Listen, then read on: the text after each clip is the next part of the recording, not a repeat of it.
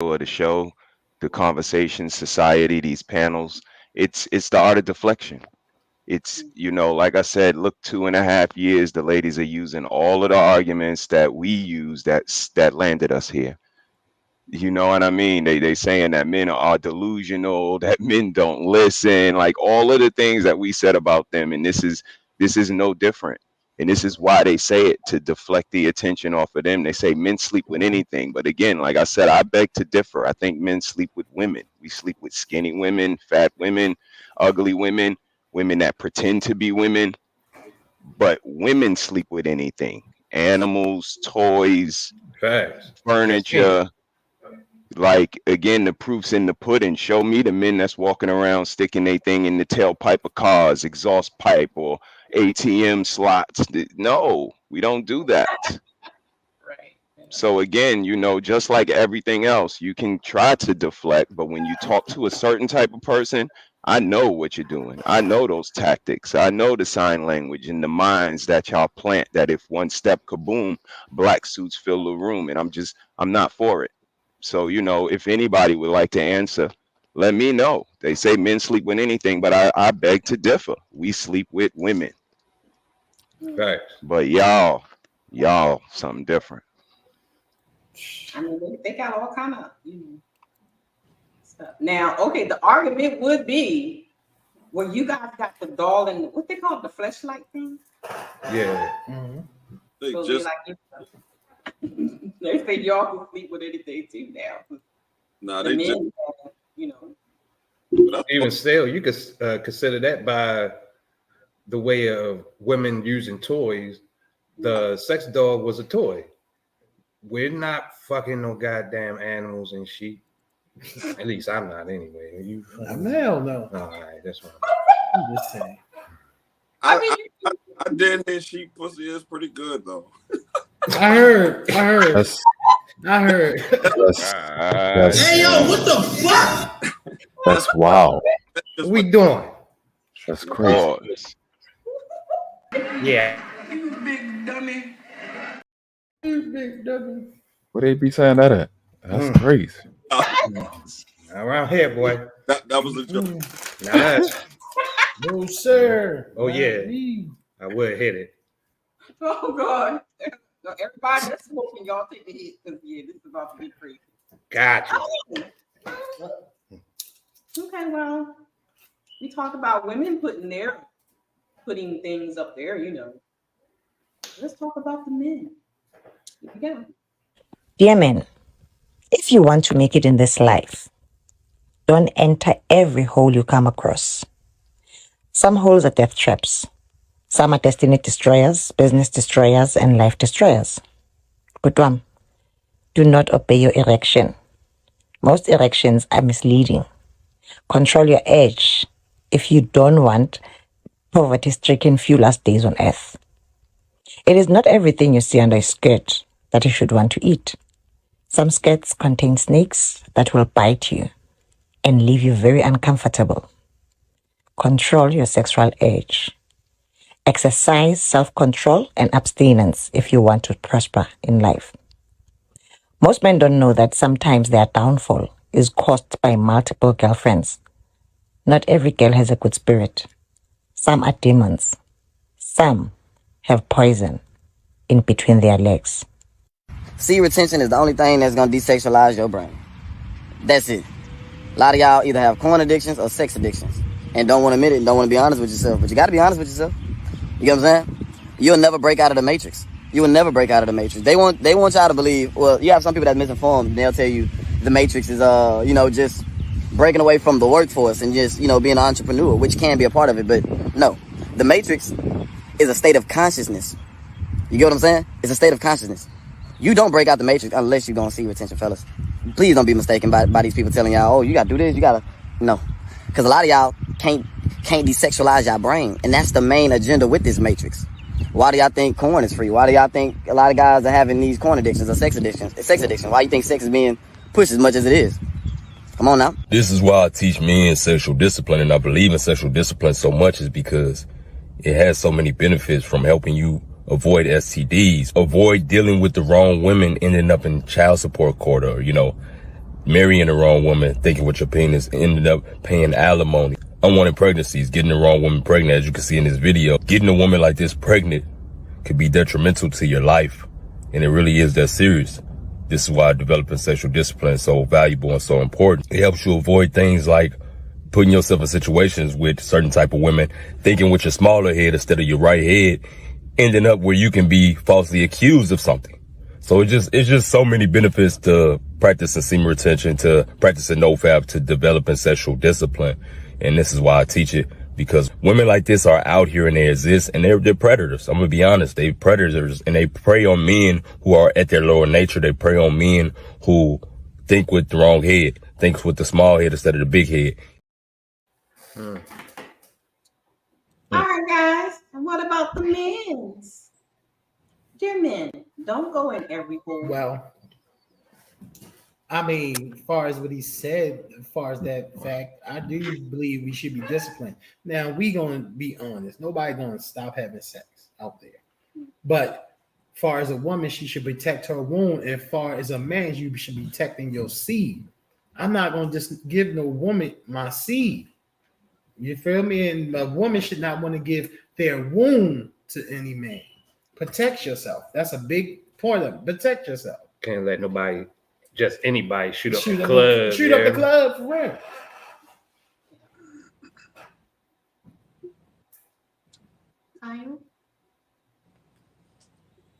There's a brother talking. I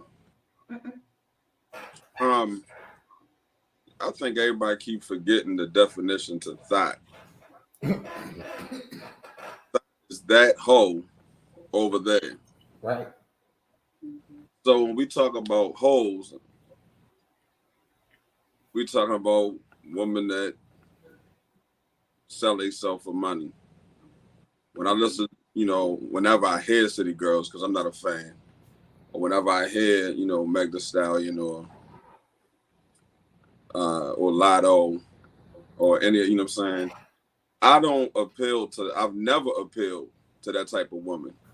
You know what I'm saying? Mm-hmm. And I used to be in the street, and even when I was in the street, I didn't appeal. It was a certain type of guy. It was a certain type of street guy that always appealed to that type. Right.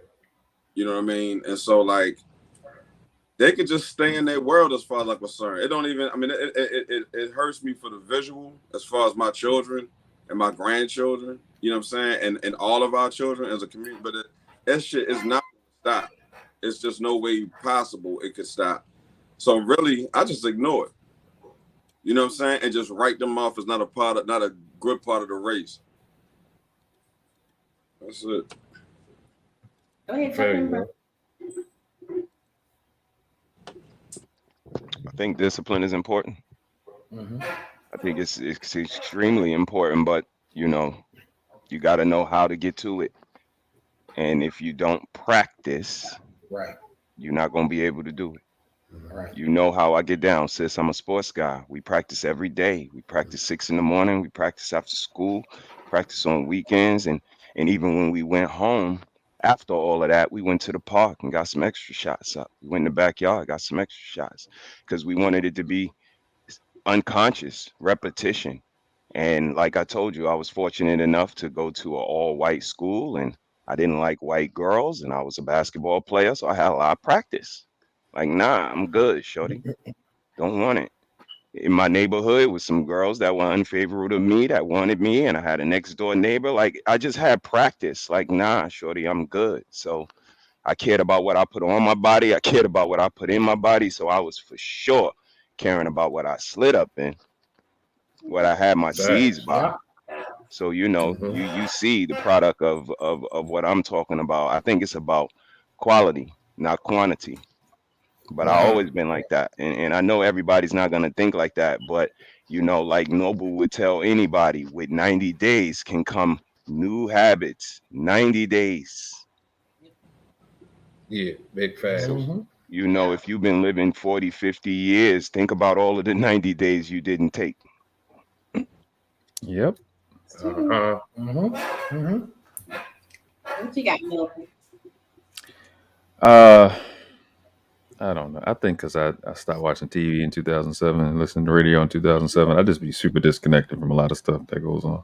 Man. Anytime I see any modification to a word that I know by itself is more valuable, it irritates me. This sexual discipline and what they call dick discipline, it irritates me. But I get the message. Um, the guys got to learn how to control themselves, but old fashioned discipline really works. It doesn't need to be modified. Anytime you modify, you compartmentalize it. You don't get the basic principles that comes with it. Just like the stupid thing, you guys may subscribe to it. I absolutely don't. Emotional intelligence. It's completely stupid. Old fashioned intelligence is better. It works everywhere. There's no place where being intelligent or being disciplined in them of themselves is more superior than any other thing you can modify with. Just be a disciplined person. Like he said, just said, every 90 days, every 30, 60 to 90 days, you can create a new you. So law of habit teaches how you do anything is how you do everything. If you're intelligent in every area in your life, and you're disciplined in every area of your life, it's pretty easy.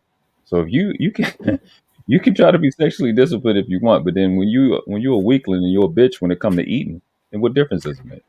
It doesn't make a difference. So a lot of guys can be really disciplined in one area, and them compartmentalize semen retention. You can have semen retention, but when it comes to the weed, there's no retention for that.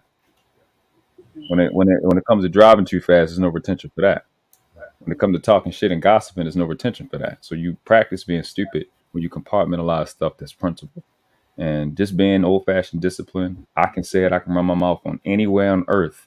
I'm probably the most disciplined person in the room. I'm 37. I never drank a day in my life, never smoked, no tattoos, no criminal record, never tried a drug. Never wore my pants off my ass. Been vegan since 2012. Started watching TV in 2007. Stopped drinking tap water in 2010. Everywhere on earth, I'm probably the most disciplined person on earth. And I tell you, compartmentalizing it make you weak. It make you stupid. But these are the things that get the clicks. Semen retention, sexual discipline, like because you're using a buzzword, because that word sexual or that word emotion is so inferior, you have to use another word to clout chase with it. You got to use intelligence to emotions has to use intelligence to clout chase with it because it's not good enough in and of itself. So these things, I'm tired of seeing it. It's annoying, and the point is for men to not fall into these traps, but then you give them another trap to fall into. So old fashioned discipline works. I'm sorry. All that other stuff doesn't make any sense. You can want to be disciplined sexually, but if breakfast, lunch, and dinner is still kicking your ass, you're still gonna lose. Yeah. So, a lot of times when this type of subject comes up on these panels, the guys usually fight against that whole thing about, be careful of who you sleep with. Or, I hear them say, well, that's what the hoes are for. Yeah, Everything ain't meant to be stuck. Yeah. And that's what they say. That's what the hoes are for. So I'm going to do it. Like they just do it. But then at the same time, when they get caught up and get one of these hoes pregnant, and then she become a baby mama terrorist. Mm-hmm. Right. So, like, help me understand, because the women be saying, well, what about the men's? When y'all be, spreading the seed around, and you're not careful about the holes that you put in it. Well, I'm gonna tell you like this: the beginning of all this stuff happened when the feminine movie came in, and at the same breath, they was putting black men out their houses, even to get some help because all the jobs was going away. They had to move the man out the house. Mm-hmm. In the same breath, they put feminism in our community. Now, what they did was, because let's be honest, it was Caucasian women that started the feminine movement. They went home to their husbands, right? And now we got single women raising single women and weak men. And I'm sorry, that's the truth. We got single women raising single women and weak men. So everything going on and everything, you have weak men and single women. They don't know how to be married. They don't know how to be with somebody. That's why they just going out there giving their bodies up to anybody and having sex all over the place because they don't know how to keep a man. They don't know how to keep a husband or be a wife because you gotta be a lady before you be a wife.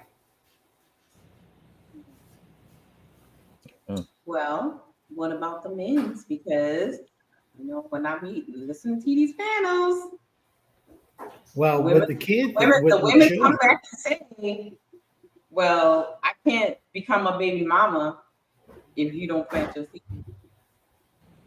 And that's why Pookie winning. Pookie, Ray, and them, they winning. They had the most babies out there, and they still ain't taking care of nobody. So when we say, hey, when pick the right man, because you see these same men that got 8 babies out there, and you want to be 10. What makes you think that he's going to change his ways from the way he always did?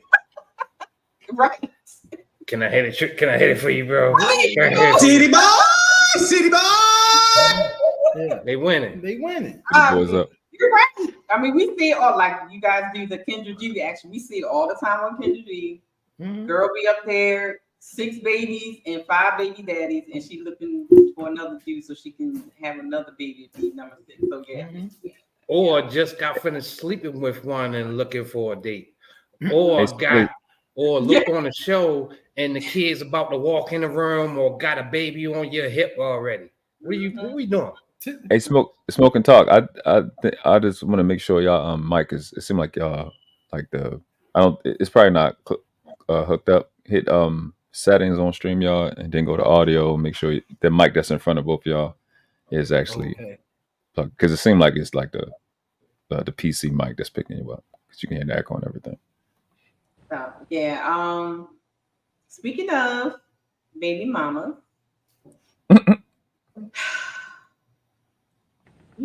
We have this issue with, I hear a lot of times the men on, and they're talking about the grievances and stuff about, the mother of their children keeping their child from them, because they're angry, because if you don't want to be with them, you can't see your children, blah, blah, blah. I know how I go. So I saw this clip because, I saw something. I want to know. Well, first, let me ask you guys a question. What do you think should be the punishment or consequences for a baby mama or mother keeping the child from the father? Child abuse. For malicious reasons. Child abuse. Child abuse. At a minimum. Right. Child abuse. Yep. It should be a felony. Yep, it should. Stoner. Yeah, because you should be at risk of losing your license and right to carry and vote and all of that, because it's birthright. I mean, what happens to the dad? What happens to the dad? Right. Same thing. So he don't pay child support. There you go. Because it's like, I bring this up probably a little too early, but see what's crazy is you bringing up the fact that they keep the baby away, and it's a casual thing, and we say that, but online on these panels, the men ain't in that child's life anyway. You keep hearing that. Right. But we all know that that's what they say. If you don't do what I want you to do, I'm keeping the baby away from you. And I bring that in addition to this conversation of when women don't want to be mothers, they end the baby life. Y'all end the baby lives at a rate of $649 a day, $27 an hour. So when we're deadbeats, the baby still live. When you're a deadbeat, the baby's not here as well. So it's weird. It's weird. So I think it really should be a felony when you child alienate. And I honestly, it seems like they child alienate just to have the dad wasn't there thing going on. That seems like to me. Yeah, I agree.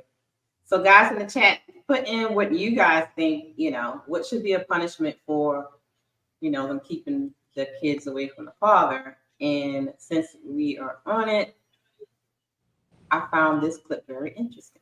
You want this, Mom? Don't talk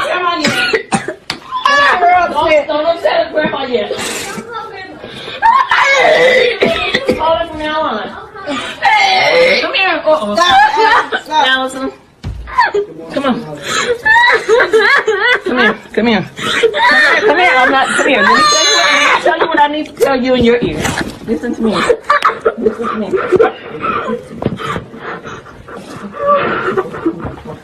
Okay. Okay. Did you hear me? Did you hear me? So come on, straighten up. It's okay. It's okay, girls. I got a plan. It's okay. You got my water? Yes. We'll. Is there a bell? You got my transfer money? Is there a bell? Yeah, look. You got my card. My the password to the bank account is in that green and white. Come here, let me tell it to you. Come here.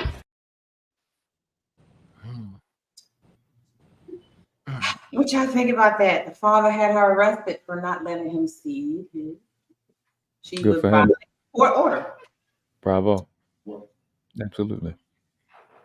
I think it's amazing. I think it needs to be a move. When you see a 40% increase in incarceration for these chicks, I think it'll stop because they're only doing what they're allowed to do. It's a lick. Like these relationships, I've been in these conversations on these panels a lot, and I got the same conclusion. These relationships is a lick to these chicks. It's just a heist. They're trying to see what they can get away with. And when you know you're gonna go to jail, I don't know. You might have the clip. I don't want to speak to the clip, but you might bring it up. But when you see them actually see that there's a consequence for you abusing children, which is my only entry in this gender war, is that these chicks are beating the brakes off of these children. They get online and talk about what guys are doing to them violently, but they're beating their child up as they're on live, these live streams. So it's just weird to me. But I think I'm because what else solution you got? Kick the door in, go take your child, go to jail, violate the court order, go to jail, beat her up, go to jail? No, call the police, get them locked up. I think that's the viable option. Guys will go, what about the child? Well, y'all don't say that when she's child alienated. You don't care about what about the child when she's keeping the baby from the dad. So who cares what you say in that situation? I think calling the cops, getting them locked up when they have to get the cuffs put on them, and the child has to be explained at some point, why did your mom go to jail? She didn't rob nobody. She went to jail because we got a record now that she was keeping you away from your dad. So we can kill this lie that us aren't the best fathers and we not there, when statistics show that we are the best fathers. And we've been living this lie. My whole life I've heard this. So I'm a great father now. I get told all the time. But I had to hear this my whole life, that we wasn't good dads. To turn out that was a lie. Not only does the statistics prove otherwise, when these dads are coming home from jail, when we running into these dads, we get the same freaking story. She wouldn't let me see you. And these same little boys are sat in a car and heard her, that nigga don't do this, he ain't see his effing kids, and like we've learned this our whole life, and that is really the deal, man. And people don't understand that. And then these chicks raise these babies in a way where your value system is praising her. She keep you away from your family, keep you away from your father's side of the family, give you a value system of praising her, then guilt trip you that she was the only one that took care of you, which is Stockholm syndrome. So I don't have any problem with people calling the police, because you can't say nothing to them, they're not going to listen. So call the police on them, get them locked up. And when they start getting arrested enough, because they like them white man rules when it's time to keep the baby away, you can't come through the house. So you should like them white man rules to not put your hands on your baby and smack them across the fucking floor in Walmart.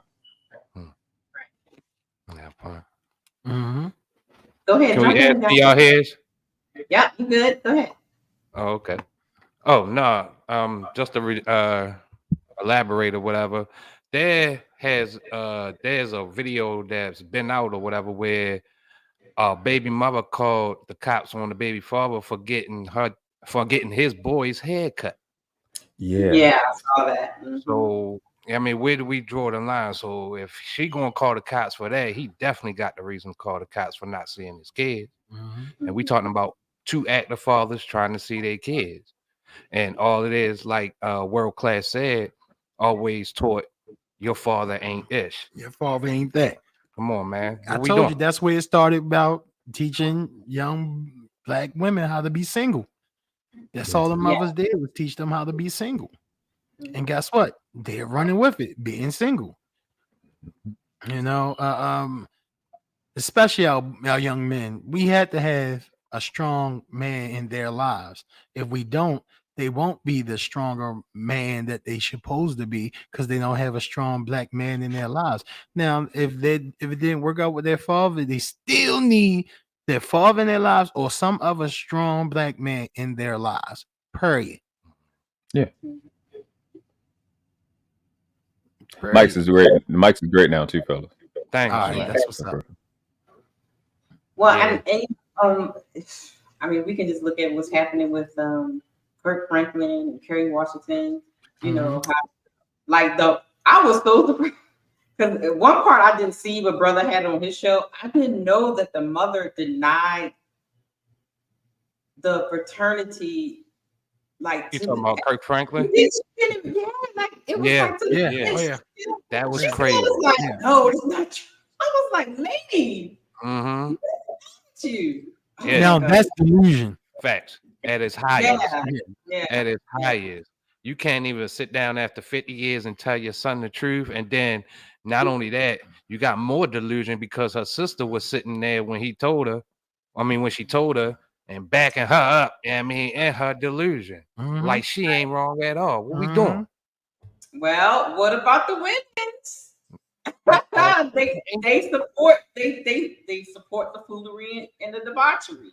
Facts. It's just something about, you know, I'm gonna go ahead and back my sister up, even though I know within she is wrong, but I'm not gonna say nothing though, because you know, girl, sisterhood, sisterhood, you know, we gotta stick together, even in the wrong, which is crazy to me. Yes. Because look, I'm gonna follow you off the cliff. No, so you know, you on your own with your bullshit. Mm-hmm. Go ahead, Kyle. You on mute, Kyle? You on mute, Kyle? Oh, wow.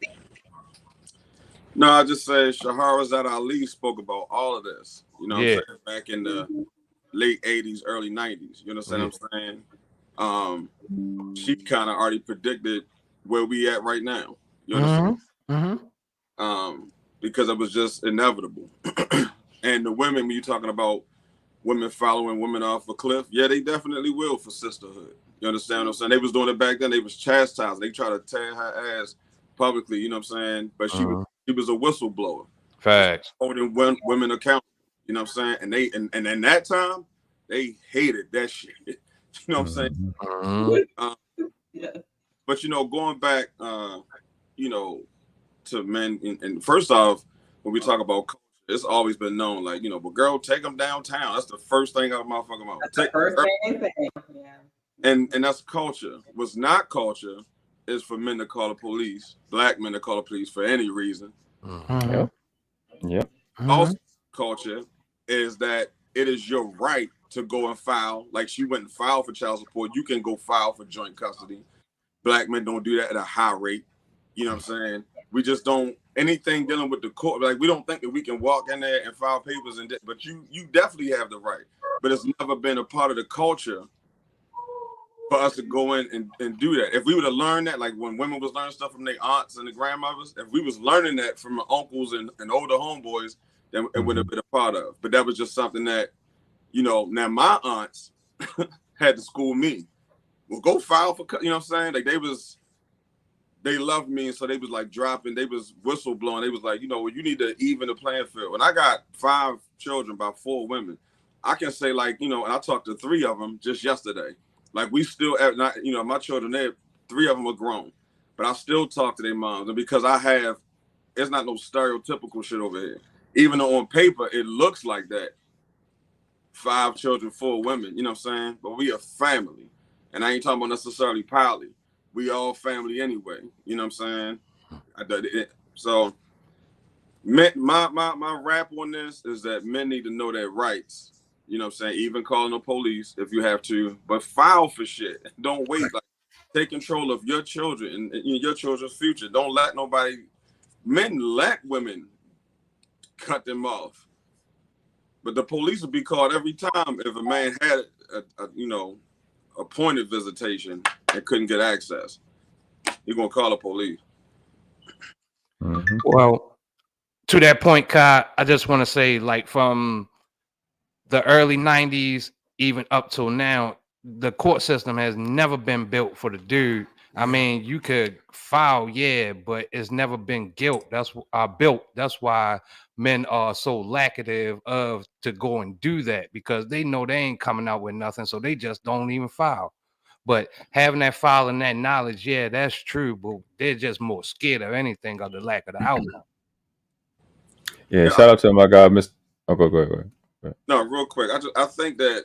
So let me say something. The men that I'm around right now, even back in the day, even in the 90s, even in the street, I still felt like I was always around some dope ass fathers. Yeah. You did? And especially now, I don't even know no deadbeats personally. I don't know. I had Dre 15, 20 deep that way and this way. You know what I'm saying? And all my homeboys are great fathers. And when I think all the way back, but I'm saying there is an element. I think it's something that's just like black men out here killing. It ain't everybody. You know what I'm saying? Narrative. Because when I sit there and think about it, I do know some murderers, but I don't know a shitload of them. You understand what I'm saying? I do know a few deadbeats, but I know more great fathers than I know deadbeats. So how is that always a narrative? Yeah. It's been told to us for years. Black men ain't nothing. Black men is not good fathers, this and that and the other. And if you go back and look at the same statistics during this time, you see a whole different narrative. You see a no narrative. But I said, and I got friends that's way older than me and everything. And I asked them, did you hear this back then? Yes, of course I did. I'm like, wow. So generation after generation, we hearing that black fathers ain't nothing, black men ain't nothing, this and that and the other. And they made a narrative out there, and it got into the court systems too. But I agree with you that we gotta fight.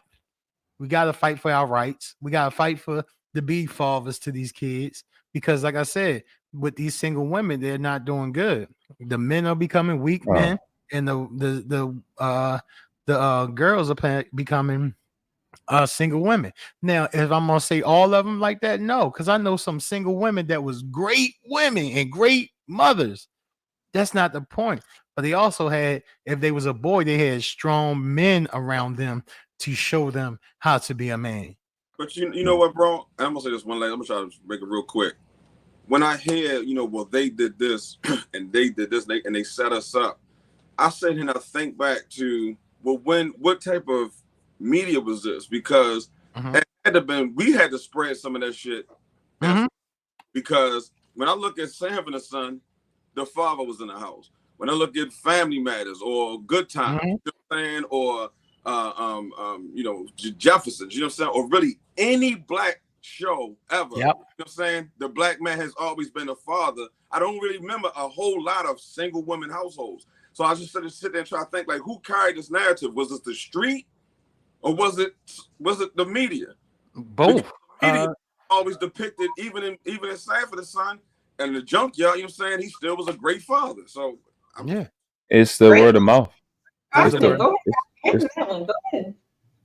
the word of mouth. That's why I people in this space know me, because I always say etymology, parsing, and syntax. But how I came to those three things and helping people become educated on what words means is studying law. So I'm gonna have to shout out my guy, Mr. Palmer. He got an awesome platform over there. He's been talking about men's rights and this whole stuff for a very long time. And what he taught and showed people is that it's something called Title 4D. There's a public side to that and there's a private side to that. But what happens is, with Title 4D, each state gets funding for social service. But so all of these child support and all of that falls under that. So what happens is, in child support, the state will kind of like match to a degree. And what dictates the child support and the funding is custody and how much time you have. So the person that has custody the most is usually the person that's going to get it. But what dictates child support is who makes more money. So if the person makes more money, that person has to pay child support. And that's usually the guy. So Mr. Palmer always explains, which the average man makes more money than the average woman. He explains that it's a gender bias system. And this word of mouth comes from these attorneys, which people be talking about the Illuminati, these secret societies. I am telling you, the Bar Association is 10 times more despicable than any secret society you've ever heard. They wrote your cell phone contracts, they write your mortgage docs, they write all your bills for each state and each federal law. They are the problem. These attorneys are the ones that sat with our great grandmothers and grandmothers and mothers and gave them legal advice illegally and told them what to do. That's where the problem comes from. A lot of legalese are in our slang and we don't even recognize it. I'll probably do a show on that another time. That's where it comes from. They sat with our mothers and told them how to turn this stuff into a lick. Because you got to understand the nature of an attorney or a lawyer is they don't make money if there's no transaction. Mm-hmm. And they don't make, if there's not a situation, they can't make any money.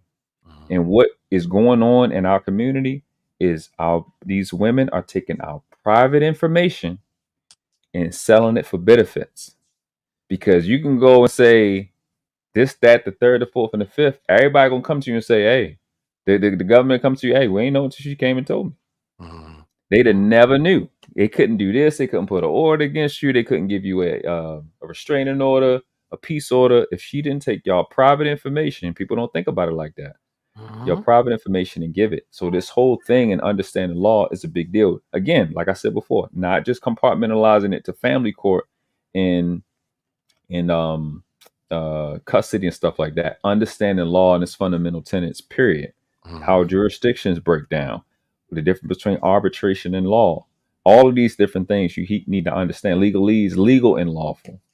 You got to understand how law is comprised personam, territorial, and subject matter jurisdiction and adjudication. Got to understand how the stuff breaks down to put yourself in better position. Because I have a sister she lived here in Baltimore too, but she from New York and she getting people off of child support and all of that different stuff because we understand law. So I was in a legal community for forever. So I just stepped out because I just needed a break. I learned a lot of stuff, but that is the solution. Like Carlo was saying, to learn law, but we have to do it as a team and as a unit. But that's how it's getting spread. It's like I'm doing the best I can to whistleblow to tell you it's the Bar Association that's spreading this narrative, man. They are the problem. They are literally the problem. Wow. Mm-hmm. I ain't definitely heard about it. Thanks for schooling, bro, because I ain't never heard of that. Yeah. Sure. I can see it. I can definitely see that. Yeah. Do you guys think that my internet is glitching? Yes, a little bit. Yeah. If the mother does that,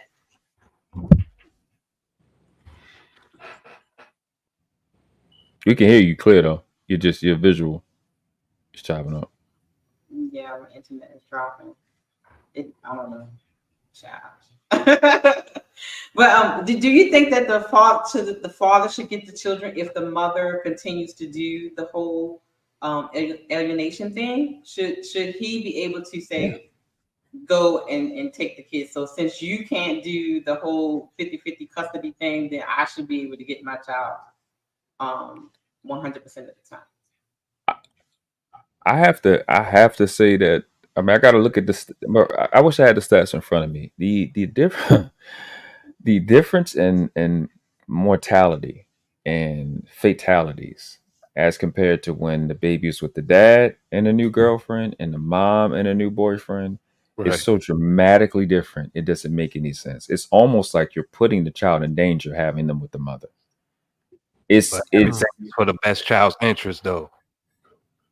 Brother, it's ridiculous how much danger these big. It was a study done. I had found it when I first started researching. From 1997 to 2017, a study was done. On self deletions, right? Our children's self deletions has increased by 70%, while white children's decreased.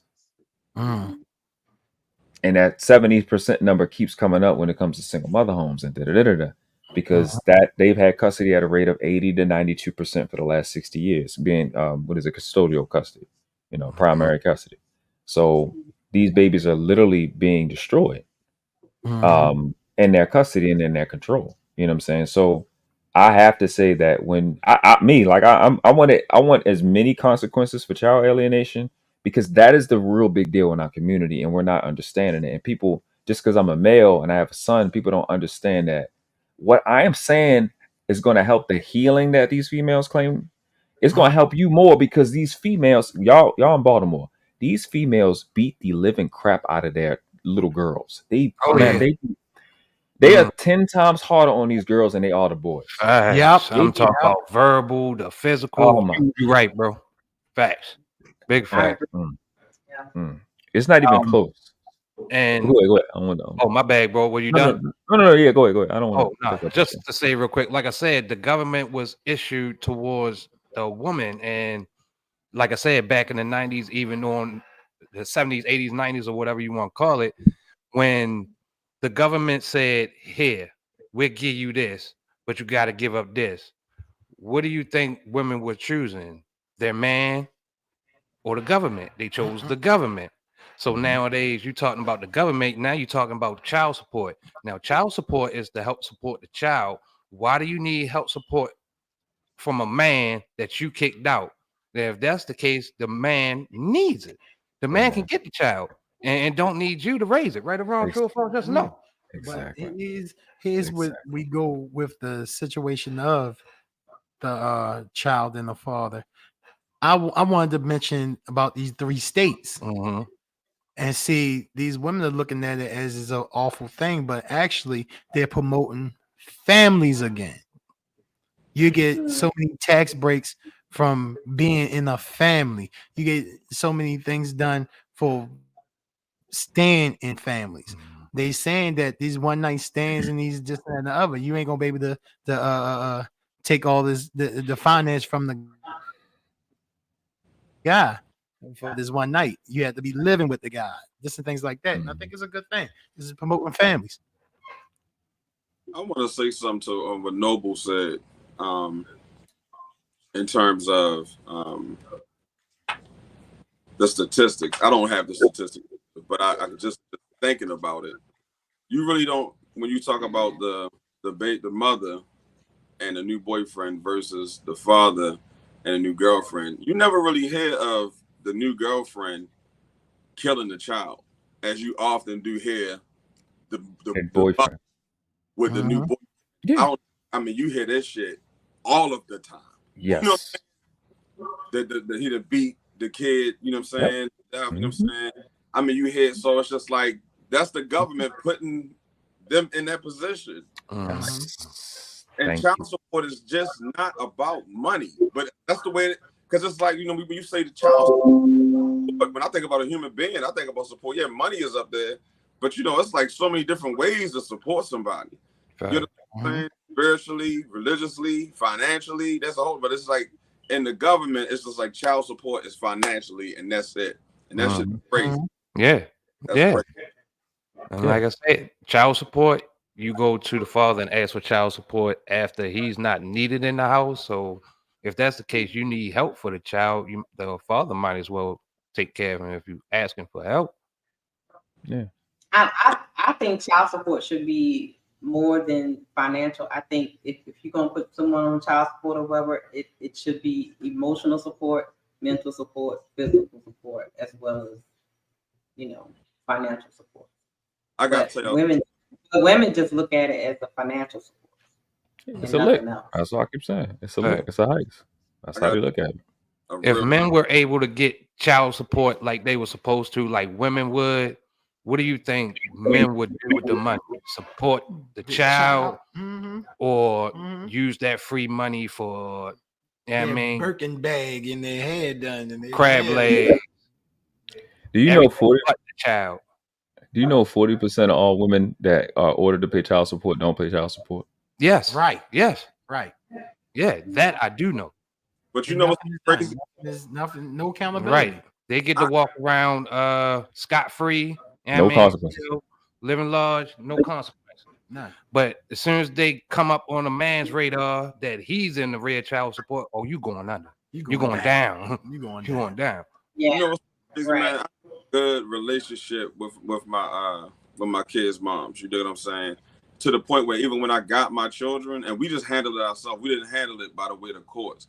I remember when I got my son, I remember having him, and I'm thinking to myself, like you know, a year or so, I was just like, yo, I never hit her up money, and I didn't need her money. That's what really made me, like, I don't even think women need. It's just because it's a culture, motherfuckers ask, and because it's there, and they know the government going back. Because the whole time I had my son, I didn't even think not one time to call him and be like, can you send me $50 or something? I never asked her. And the crazy thing is, when tax time came around, it was still kind of known, and I guess government-wise, you know what I'm saying, that she had a security number for X amount. She claimed them. Yo, one day I'm just actually sitting there, and my Cash App just was like, shring. So I look at my phone. I'm like, what the hell is that? You know what I'm saying? And I seen like $800 or $900 or some shit. And it came from my baby. I'm like, so I called her like, did she make a mistake or something? And I was like, yo, you just sent me $900? She was like, yeah. I said, for what? She was like, because before we made this, she was like, that's the amount of time you had. I was like, I just deal with just real women. You understand what I'm saying? Hey, bro, and not to cut you off, Kai, you got a real one. And that's the difference. You got real ones. It's a lot. Oh man, hold on. Yeah, my son's 7. I ain't had not one of them. Right. And that's what I'm saying. Y'all deal with real ones. You know what I'm saying? There's a lot of men out here that don't deal with real ones. And not only that, I know a guy that's dealing with his baby moms. You know what I mean? And he been taken to court and everything. Serve papers for him. Feel me? Taking child support out of his pocket. Now, when the roles got reversed, the courts told him they couldn't find him. I mean, find her. Yeah, that's exactly happened.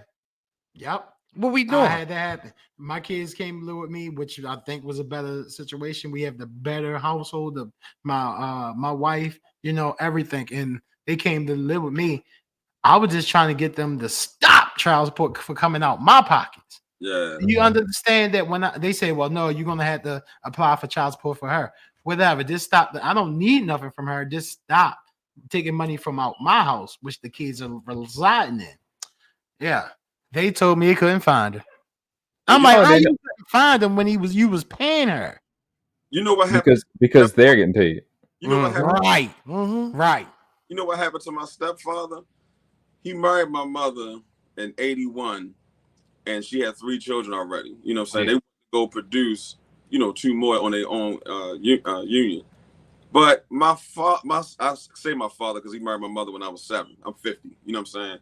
But like my stepfather, technically, he had child support coming out of his shit because he's married now. He's responsible. You know what I'm saying?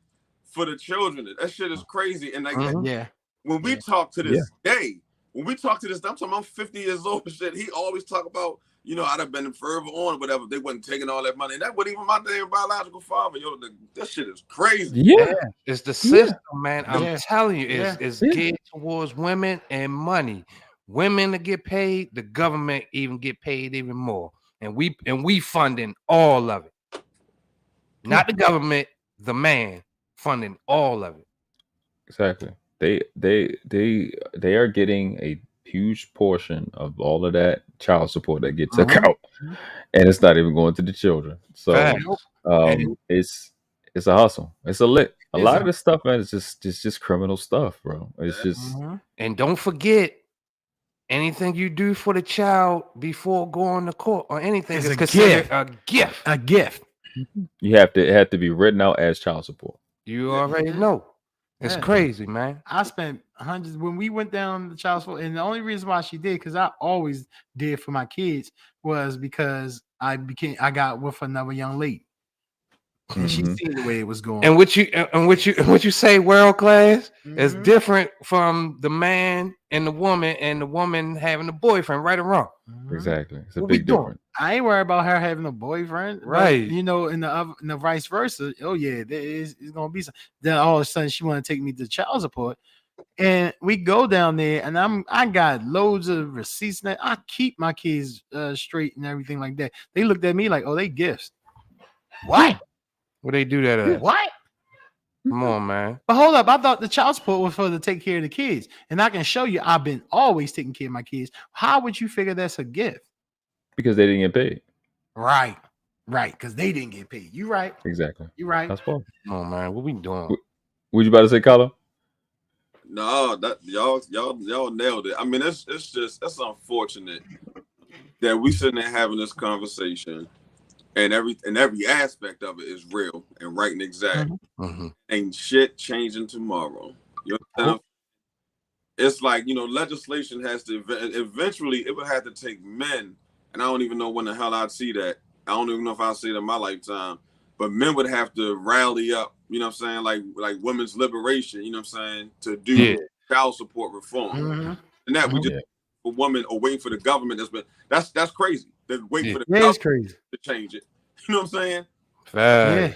Well, you got 3 states that's working on it. Yeah. Yeah, 3 states working on it. Yeah. I mean, Roe versus Wade, they say that was a start, but this one right here should be a real good start. Because ain't no more one night stands of you sleeping with whatever and then trying to claim this dude as a baby daddy, and they ain't the baby daddy. But they talk drugs in the late 70s and the 80s and 90s fucked up black communities. You know what I'm saying? And also the prison population. But I'm gonna say child support fucked us up too. Facts. Big facts, man. Absolutely. It's like whatever law came through, the jobs went over China, you know what I'm saying? And we all pretty much Baltimore, we know Bethlehem still, that's where all the black men shut that shit down, you know what I'm saying? That put that was like the world coming. Yeah. They shipped all them jobs overseas. Yeah, so it's just they fucked us good. But not really, because we had to work harder than all the other counterparts in this country, you know what I'm saying? But we still arrived. Right. Or me, dad. Now, imagine overcoming that, and not only coming that, imagine us working together now. Like I said, we were strong back in the day when we had Black Wall Street. We were strong when we had our own. Imagine if we come together now. They be scared. Crazy, and I talk about that sometimes. We actually have come together. If you actually think about it, Black Wall Street scared black people for a long time to open up a business. You know what I'm saying? Yeah. But I actually can say, when we had these few situations when you're a customer and you can experience a black ownership, you know what I'm saying? You like, that's why I don't support black business. Or if you're a black owner and you have a crazy customer, you be like, that's why I don't even like dealing. But those actual situations are minor. Although we keep talking like the need to do is stick together. What we do, because you think about it right now. You tell me one black business out here that's not supported 100% by black people. Every black daycare is black kids. Every black dealership is black people pulling up. You know what I'm saying? Buying cars, or whatever. Yeah. You know what I'm saying? Every black, so it's just like, we all support each other. I don't know no black business that got a bunch of Chinese people and Asians and Latinos and whites and shit. But it's black, been supporting black business forever. We gotta stop saying that. That's a fact. That's why I'm invested in this conversation, because I'm in the Moorish community, been in it for years, and we know a lot. We have a lot of these conversations. I've been vegan for a long time. Somebody tell me they sick, we can write up a menu, get rid of that. Fact. We have the solutions. What is not stopping is the bleeding. We have to stop the bleeding, and the bleeding is we can continue to complain about and say we need strong families. We're not. I say it like this: you cannot expect to receive a harvest if you keep contaminating all the seeds. Fact. The child abuse, the child alienation has to stop. It does not work. Stop. I'm 37. My dad's name was Puppy. We was from Liberty Heights in Gwen Oak. Shout out. I grew up very, very violent. My mother used to beat the fuck out of me. All I did was, as I'm getting my ass whipped, spite her. Can't wait till the ass whipping over, and then I'm going to school and I'm fucking somebody up. Just because that's all that happened. Yo, shit. That's it. That's all that happened. Nothing coming from that. That's that habit that we have from and you got to understand. I still grew up. My dad went to jail when I was like 3, but I still grew up with a lot of men. Yeah. And it's something different from when a man is punching me in my chest from my mother smacked me in my face. It's a big Right. difference. Right. Big difference. And that Fact. makes it a very, very evil creature, bro. I got so good at hurting people and getting away with it. Very, very talented when it came to that. Oh, you must That have been got us, spiteful, bro. bro. I was a bro. Every opportunity to crush her, I took every opportunity. And then we moved to Northeast and Yeah. Hamilton area. I used to fuck them white boys Oh up every shit. day. I used to beat them white boys every day. Every opportunity I got to beat them white boy, Yeah. the part I used to love going to school because when you smack the white boys, their little hair shake, and that shit used to make me happy. Yeah. I ain't gonna say that lie. I keep shit happy. I'm keeping just that. So, but I'm that's fine, the part that has to stop. Like the child abuse Yeah. and the child alienation has to stop because you keep creating these horrible people that you say you don't like, which causes me to say, like I said before, you're doing it on purpose to have a piss poor story, to have a little bit. That's what it's starting to look like to me. Go ahead. I think you was about to say something, Kyle, on my fault. When you was talking about back in the day, I just started thinking about a whole bunch of shit. But it's not funny. Let me stop.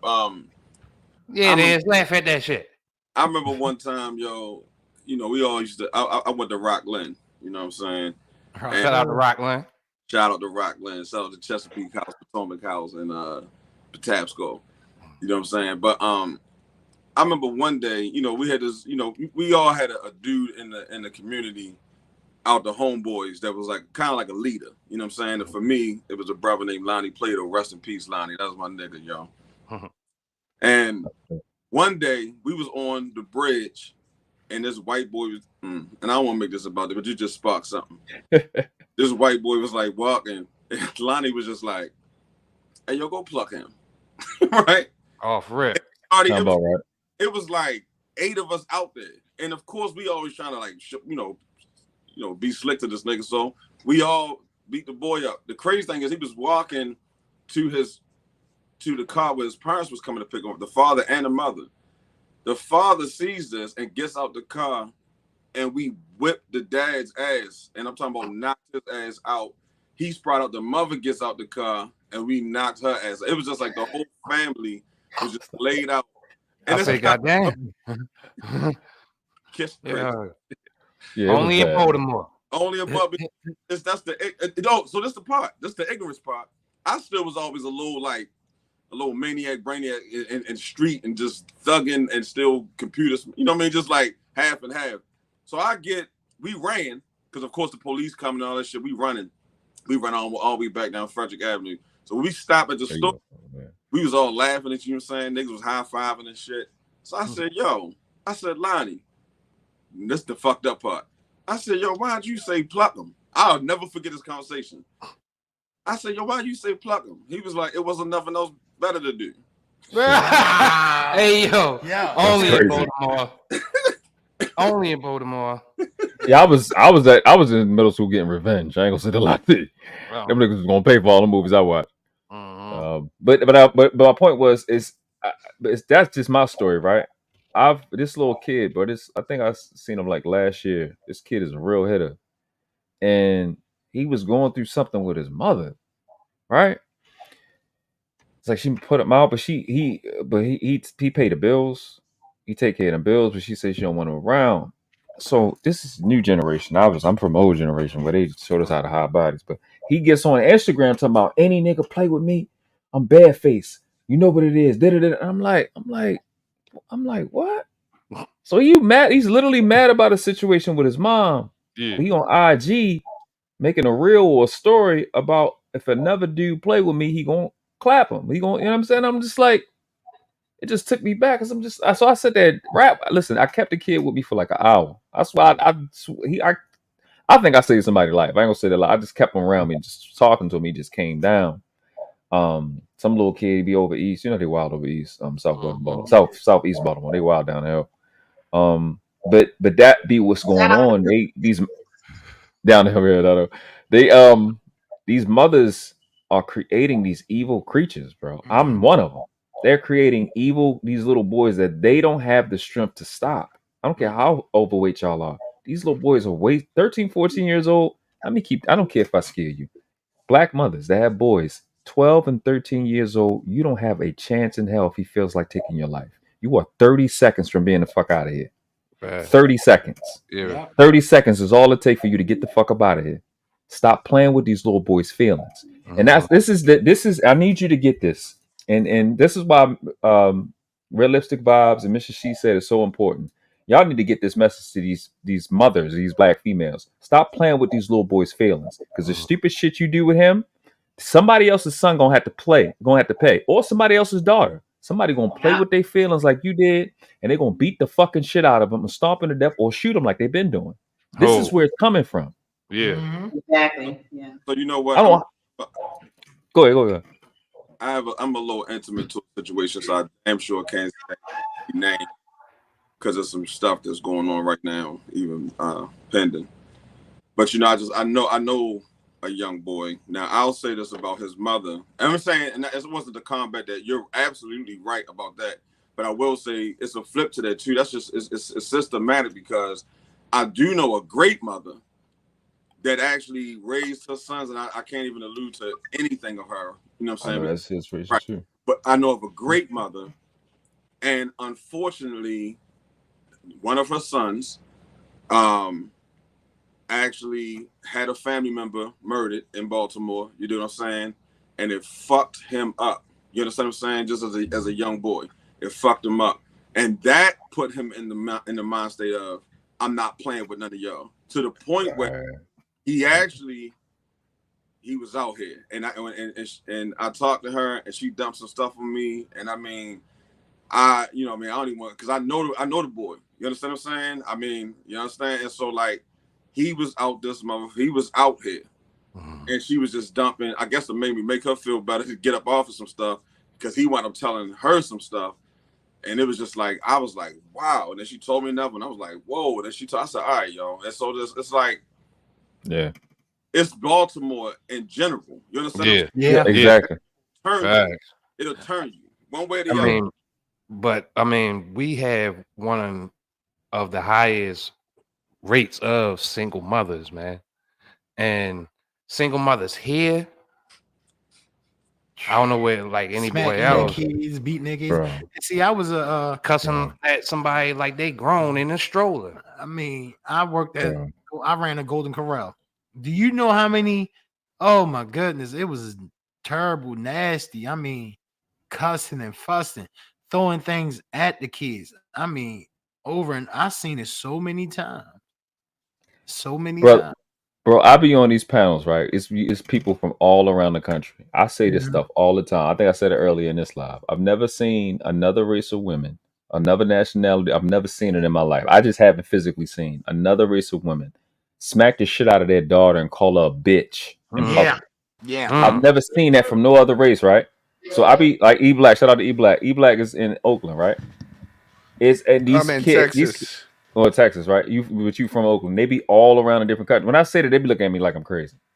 Like, bro, in Baltimore, that shit is normal. It's not like normal. You'll see it once or twice a week. Yeah, they be like, I've seen it every day. Every day. I see it every day. All you gotta do is just walk to a carry out or chicken spot, and they'll walk down the street. Shit, go next to the market or something. I mean, I think the chicken make them want to beat their children or something. It's the chicken fox and the the crabs. Ketchup hot sauce on it. Spoken like a true vegan. Y'all, let's welcome E Black ETV. It's good, y'all. I'm sorry I'm late. I was eating some food. So chicken. Pizza or salami? No, it was not some salami. Pause. Right. Pause. Hey yo, y'all gotta relax. Hold on. No. Wow. Relax after that debauchery last night you had on the Toxic Avengers. Okay? Oh, that man, we man, shout out to Simon, man. He made it big.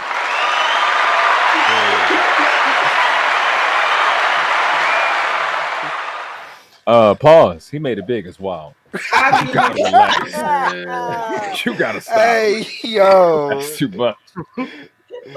I came in hot. Pause.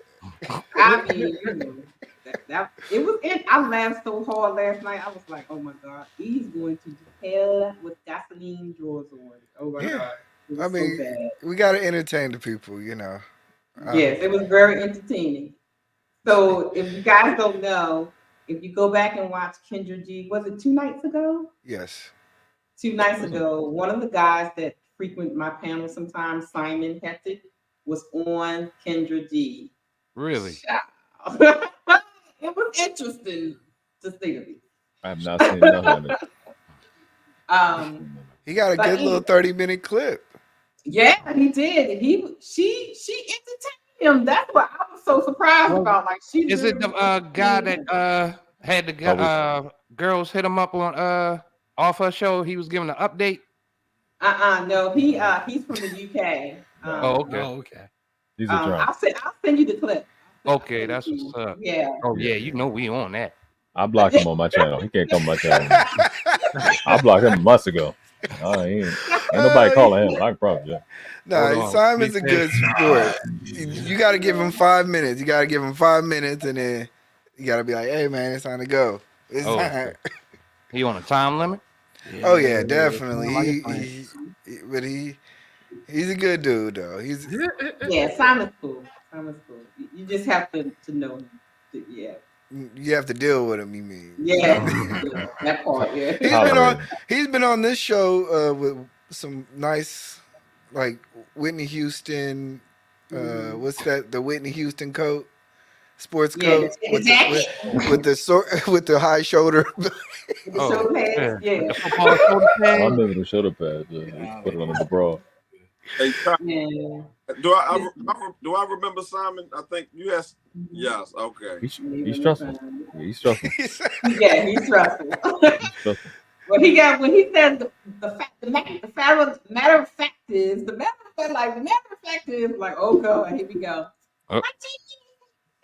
It's like I have a what's going on, Great Bill? I have a decent UK accent. But when I hear him do his accent, I don't want mine no more. Yeah, he stressed me out.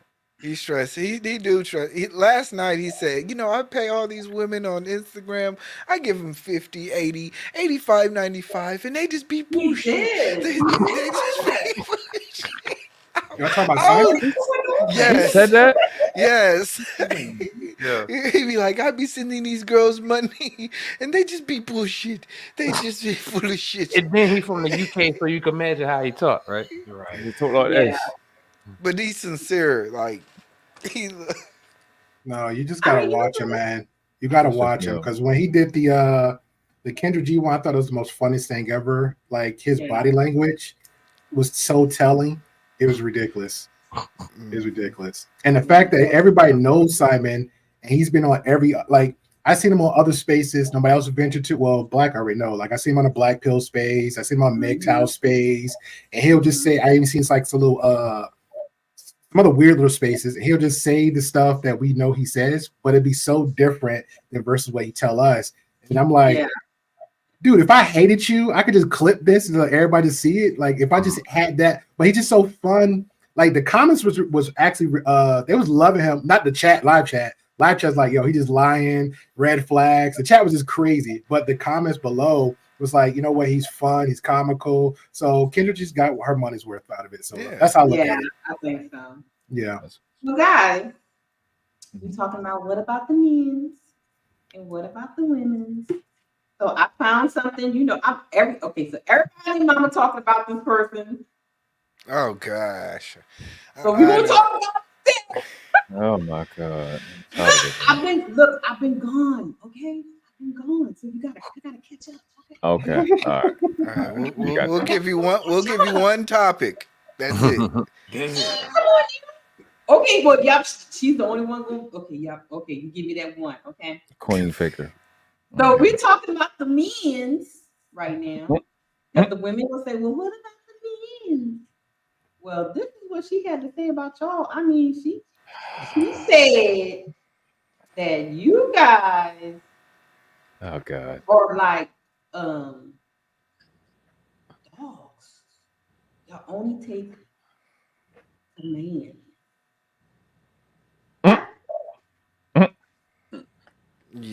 what she You want to repeat that? She said what? She said y'all only take commands like a doggy. First of You all, cannot teach a man anything. You can only help him find it within himself. Everybody know who Galileo is, right? Mark Twain said, it takes much to convince the average man of anything, and probably nothing will ever make him realize that he's the average woman's inferior. Y'all have something in y'all's brain that prevents y'all from listening. Y'all take commands. This is why the military handle y'all the way they handle you. You go do this, do that. That's how y'all operate. Y'all don't listen. So even with women talking and telling you, it still don't register. A woman should be the dominant and a man should be the submissive. That's what you're because y'all follow commands. You go do.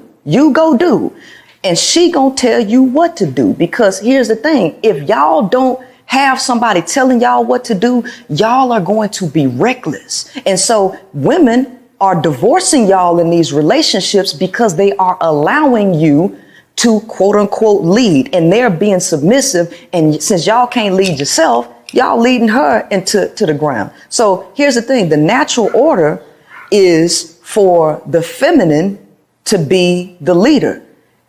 If you give to the feminine, right? The feminine is always going to regenerate life and everybody's going to be taken care of. Y'all are territorial. Y'all just want the image of leadership. You just want to be out in public. I'm the leader, but all of the responsibility is actually on the woman. The leader takes the majority of the responsibility. If women allow men, which means she submit, all right, and allow him to lead, she don't have no control over what he's going to do. She's steady submitting to him. Women have to change their minds and realize that they ain't supposed to submit to men because men just going to do what you allow them to do, because they don't have no governor on their own behavior to know when to not do something, to know better. They don't know. They just going to keep being reckless. And they're not going to take care of your feelings because they're only concerned about theirs. Can I respond? Because I'm actually doing... Y'all out here like little puppies. They gotta break y'all in because y'all only listen to commands. May I go first? Because I'm actually doing content on her. Like I actually cared this time to engage for the conversation. Honestly, I found her very interesting to think the way she think, to say the stuff she say. I just want to say this for the way, because that is from TikTok. So a lot of people like got to get the buzzword and stuff going. But for me, actually watching a few of her lives and a lot of quote unquote, I guess, an interview, which I thought was a very poor interview, the last one she was done on. She pretty much agrees to what she's saying compared to the TikTok. But I think it's a lot of long stroking to try to make whatever point. I heard her state that not generally, she says all men. I don't know how she compared Galileo to somebody else to all men, because my man got his hands down. E Black and our brother over here, we're all three. All those men were here, all 1, 2, 3, 4, 5, totally different individual men, right? We live different lifestyles, raised differently, obviously have different mothers and fathers, different backgrounds. So we can't all think the same. Now, if we want to say naturally, yes, if I have sex with a woman, it's unprotected sex, then of course she's going to get pregnant. That's the natural order of things. Now, if you want to switch it up and say, you know what, I'm going to get the boob job, I'm going to get this, then that might be a whole different conversation. You know what I'm saying? When she mentioned leadership, which I think is the most dumbest, ignorant, most burnt out conversation I've seen in the pill community, the black space on white and Medicare side that's been going on for like the past 2-3 years, and people on the toxic negative side still can't get the answer straight. What is submission? What is leadership? It is a round robin just to get the more clicks and views, another round robin to get the more subscribers, another round robin to beat down on one gender versus the other that has no solutions to nothing. I feel like I see more smaller content creators that's actually trying to find solutions, actually have general conversations versus the big ones, and you can see a huge difference. The bigger the content creators, the more the buzz, the more of the clout, the more of everything else. You can watch how they move. So with her personally, from what she's saying, I think that is a grift, and I'll leave it there. I just have to immediately point out how you say that women should be the leaders. You say Right. men don't listen. So if they don't listen, how do they take commands? I don't Right. That understand. makes no sense. Oh, I did. What we think about doing? that. Yeah, that kind of contradicts each other. What we doing? Take command. Come on. Because that was my point. It's going around. That was the first point I was going to make out. Around and around and around. To give and take a command, you gotta have discipline to do that. So, and then on top of that, come on, man. Are we looking to women? Are we looking to women for protection? I just don't know where y'all find these people. It's just so annoying.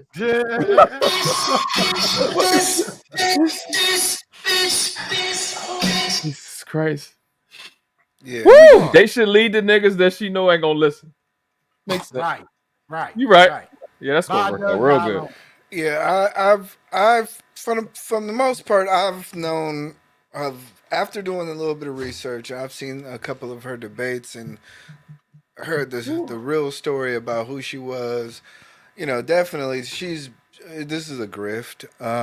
Bro, she's projecting all the time when she have conversations. If people actually just listen to her, she projects. That's my. I don't even, but that's what that's what entertainment is. It's a projection of extremities or extreme views.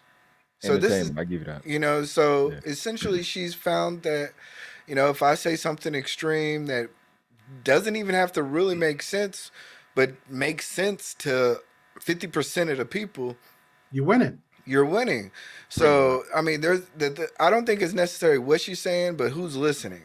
Yeah, I agree. And if you're listening to this and you're saying, okay, I understand what she's saying, then, you know, God bless you, you know. But like on the terms of men listen or men don't listen or men following direction, I think that the problem that she's having is that women listen and can follow direction just as well as men. However, women are not following through without emotions.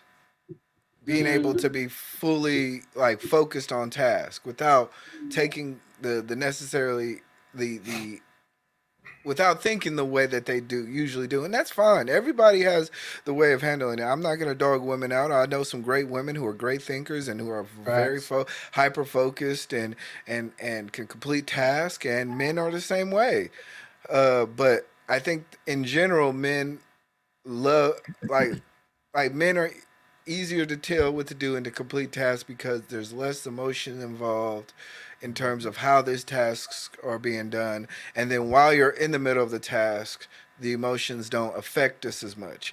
And that's where she's kind of confusing because she's thinking that we like to be told what to do and we just do it. But that's just because we know what the task is necessarily to be done. While women are just, and I hate to generalize because these are generalizations. Yeah. Let's just be clear. These are generalizations. Thank you. But women in general, you know, when they're told what to do, there's a lot more than just, they carry more of a grunt of the world in terms of a lot of things scientifically and physically and sociologically. So a lot of the times they get caught up in that type of scenario. So, I like I said, I know what it is. I wish people would stop mentioning her. It don't really add to the conversation. It's literally like listening to what Don King got to say. Like, do we really care what Don King got to say about anything? Do we care what OJ got to say about anything? You know, like there's certain people that we just like. Yeah, they can have an opinion and they can talk, but we don't have to listen to it because all we're doing is then thrusting them into the front of a lot of intellectuals who actually are good or who actually come with more of a clean slate. Can I respond to that? I agree to the most part, but I do feel like there is got to be a yin to the yang to that because if we just don't say anything, right? If I just let you talk, I know who you are and I just let you be you without saying anything. What happens, I feel like more and more people are going to believe into it. It's like that old theory. I don't know if I've seen this video where they did this theory where they came into the office, one person just kept getting up and sitting out every 15 minutes, and another person come in and get up and sit down. So everybody was followers. They didn't know what he was following. So I think that's where, since you want to say psychologically, I think that's a little bit more of her tactics in that. You know, first, hey, let me go pulling the quote unquote virtual heartstrings of women or certain demographic people. I pull them in. We already know that. That's cool. That's fine. But you have to have somebody say, you know what, this is not true. This is not correct. And if I can say I'm a lawyer all day and no lawyer ever steps up to me, guess what? I'm a lawyer all day. Right. It's like the little girl that's claiming to be a cat, right? Yeah. What we doing? I mean, I really just like it's obvious what she's doing, and I think she's obviously tapping into something like, I don't know. I think she's tapping into really a very small market of people who we don't really want to even be engaged with. Hurt women, women who don't want to build, women who want to isolate themselves, women who don't want to seek the leadership of men. These are people who I just don't want to be associated, or who I don't talk to, or who I don't want to be associated with. I feel like she's doing me a favor then. If those are type of people, just like the Fresh and Fits, if those type of incel guys want to run to them guys, cool. You do me a favor. Get out my way. Let me keep walking down the street. I don't have to look at you. Listen, one of her angles is that it wasn't in this clip. It was that men are violent. So they should leave men. Women should leave men because men are violent. And I guess they should go to the lesbian community, which is the most violent. Yeah. Yeah. A little bit. Yeah. Man, I heard her say some dumb stuff. I heard her say some dumb stuff like black men are genetically not able to lead. Like as if we're just some type of inferior being. Is like all the black men in history. As far as like, I hate this whole notion that as far as we've come as a group of men, African Americans are the most richest in the world, some of the most educated, the smartest. We've surpassed so many expectations based on our past realities, but yet we are seen as if we've never contributed anything to this globe.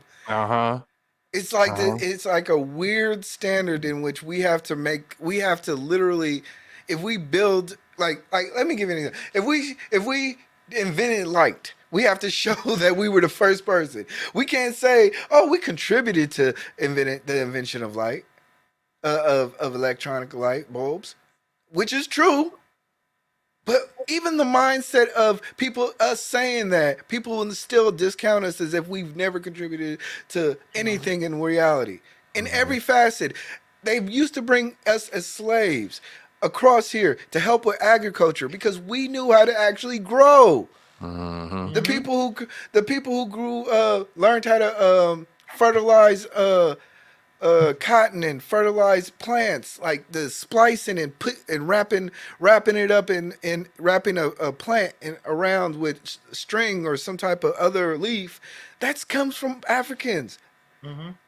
Like the rest of the, like in the large part of the rest of this world, most of these people were living in mud huts, just like and eating potatoes out the ground. Hey, Black, this hooker, I like you hear how potatoes. she talk. She watch Hidden Colors. She know what she's saying don't make no sense. Yeah. You know, her man was in the Nation of Islam that she had that baby with. I'm not nobody taking her serious. You already know this is fake. And she Really? said, she's married, separated, but not a single mother. That's why I'm not commenting, because I know it's fake. Exactly. I can't. And I know it was going to come back around to me. I don't even know who she is. And one part of my brain was like, I'm gonna look her up, and the other part was like, we're not doing that. I don't even. Yeah, I seen her a while ago. Yeah, I seen her a while ago, bro. It just never dawned on me, and then now she just, not saying she re-popped back up, but what hit my radar on my end, she was on Fresh and Fit. She was promoting her on Instagram, and I said, okay, another chick gonna go up against Fresh and Fit. Good luck. And this is me and somebody in her comments having a conversation. They had the conversations. Okay, I moved on. Then next thing you know, she pops up again somewhere else on the radio station, streaming that. Now she rejoins on the manosphere and doing her whole thing. Now, like first you had the pearly things, and you had the Angela Knight. Now here she is. Now the manosphere going polio loco because selective women pop up on this area. Only difference is those women, the first two going to left. This one actually staying. So here we are. Yeah. I think the first time I seen her is on Saint and Sinner. Yeah, that was the second one. Yeah, yes. Lord, lady, Saints and Sinners. Yeah, that was a good one. That was a good one. Yeah, Saint really, like if you were, like I said, I think like with people, there's enough information out that how bad she is, but I don't think nobody cares. I think there's so much of an angst against men-led content that women-led content that is anti that is actually a byproduct now. And I think that's what it's all about. It really has no difference. It has no say about it's not about the message. When a woman's on there giving fellatio to a microphone, that was crazy. Y'all was going ham in the chat. I was like, you know what? In the group chat, y'all, I was like, I'm about to shut this group chat down because y'all acting up. Because I mean, she was like loving onto the mic and stroking it and stuff. I thought she was doing a Jill Scott. Yeah. But what was happening? Yeah, I didn't catch on that till somebody said that joke. I was like, God damn, I didn't think about that either. It was weird. Yeah. But I mean, but like it's all, like I said, it's all entertainment. And then not only that, like she comes out in full stud attire. Just full hat to the back like mine's, sports bra, that's boxers, the way she always come out. Basketball shorts. I'm like, look, if I can't, I've exposed a lot of people. I don't care. I get it now. You can't tell nobody about nothing. You just gotta learn, and people gonna ride with what they gonna ride with. Because I done exposed so many people, and it no matter what people are gonna do. The content that they like, and I just keep it. I don't have to enjoy. I don't have to engage. I don't have to look up. I don't have to continuously expose or make light to. Just move on because there's just people like it. I just want to bring it up because I've been gone for a minute, so I just want to pick y'all brain. So I'm gonna break it up a little bit. That's the last one. That's the only one you get. That's the only one you want to do, Red. Welcome back. Do what you want to do. I don't want to come back and you still saying, look at what this girl said. I'm gonna hit that A. No. Because remember, this is why I appreciate her, because if something really good come up where it's actually a long dialogue, like the what's his name? That guy and they both narcissists. What's his name? Derek Jackson. Yeah. She came out, I was running down everybody was doing some stuff like, no, Red called it. So I'm so proud of that work. I am too. Exception for her. I am too, because it connected dots for me. I'm on Instagram. I didn't really give two shakes of rat ass, but I'm on this girl Instagram. I'm just seeing them like a whole layer just drops. Like, I see the light now, Red. I got a lot of DMs and emails like, oh my God, yes, you were so right. I was like, yeah. I was on the platform. I think it was Chaos Rain. He was doing a whole conversation of the I think he was the part 2 of the interview. And some female, she was a hardcore fan of hers until another woman that happened to be a therapist was like actually trying to break it down to her, like, no, this is not true. Then it got to the point where she had to like throw her own words back to her and throw Derek Jackson's wife words back to her, because she said she didn't say that. You didn't say that. And she just kept getting aggravated and flustered. But thank you, Red. Keep being you. Keep being you, lady. Well, I got part 2 coming out. Hey, I'm down for it. I gotta talk about the pastor, because the pastor is the puppet master of all this. But I'm keeping that to myself. So I'm ready to spill the beans. They both tell me stuff. That's a crazy part. In Baltimore, we know about pastors. Yeah. We know about pastors. All right, let's break this up. I saw this clip when I was strolling through my timeline. You guys tell me what y'all think. with you for 4 years. Like, why would you not put me on your life insurance policy? You're not my wife. But that doesn't mean anything. I've been doing everything for you as if I am your wife. Like, Okay, I understand that, but why would I put you on my life insurance policy? You so know, who are you putting on there? my mom, my sister. Your sister. Yeah. Like, come on, like your sister haven't been around in 2 years, and you want to put her on? It doesn't matter. She was here before you. $1 million life insurance policy. Yeah. You want to put your sister? Okay, this don't even make no sense. Like, So you gonna have my life insurance money, then you get with another guy? It's all, and you gonna spend it on so him? what? I don't care. Like, it don't even matter at this point. Like, you should put me first in the first place. Put you first before my kids? Yes. You tripping? I'm really not. So what You you are. gonna do? Keep everything the same on my life insurance Nah, this policy. is what you're not gonna do. We're gonna switch. I mean, I'll have my mom give you something. We're gonna put me as your beneficiary, and that's that. End of discussion. No, we're not. Yes, we are. Yeah, that gotta be a skit. Thank you. Thank you. No, but maybe, no. Thank you. Guess what? Guess what? I know a couple that actually went through this. Oh, no, I know the situation is real. She felt like because she was the longtime girlfriend that she should be on his insurance policy, and he kept telling her, you know, I think he asked her to get married a couple of times, and she said she wasn't ready, and all that other stuff. They don't have any kids or anything like that. And she was dead set about him putting her on the insurance policy. And he was like, well, if you're not going to get married and be my wife, I'm not putting you on it. So what do you guys think about that? Putting your girlfriend on your Which insurance? Like if I get a job and I add her on, like to get dental, No, medical, life insurance. Life insurance, $1 million policy. $1 million life insurance. Yeah. Negative. It depends. Yeah, but I'm gonna say no. No. Negative.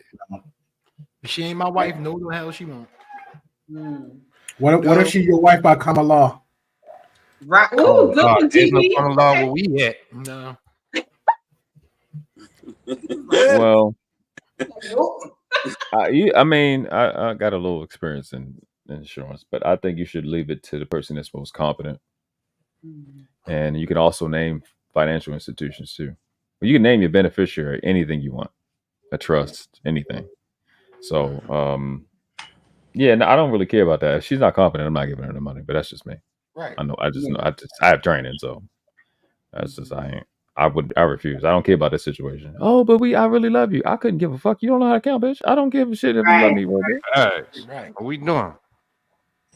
And I would think like, you know, you put the girlfriend, I mean, you know, the wife can do it too, but you talking about somebody that's not like legally committed to you onto your life insurance. Child, Right. you put ransom into your oatmeal and just you end up with all that money and your kids get nothing. I don't think that's a good idea. No, we not doing No, especially with an attitude like that. Like, let's just say that's real. No, like that's. I mean, you see, that's all she worried about. So you she can't- could. So you do that, she whacking you the next 24 hours. What we doing? Exactly. I'm going to get another dude. Right. And then she said, and so, oh yeah, she ready to take you out. She said. She said, "Yeah, and oh." I mean, with Okay. emphasis, yeah, I mean, and force. And even and ask what we gonna do. What the heck we mean we gonna do? We ain't to resolve this conversation in no manner that's changed the tone of what Nope. I'm like, Nah. I'm at this point. I'm like, get your rest of your stuff. Like, you can get your stuff now. You go ahead. Right. Get out of here. Yeah.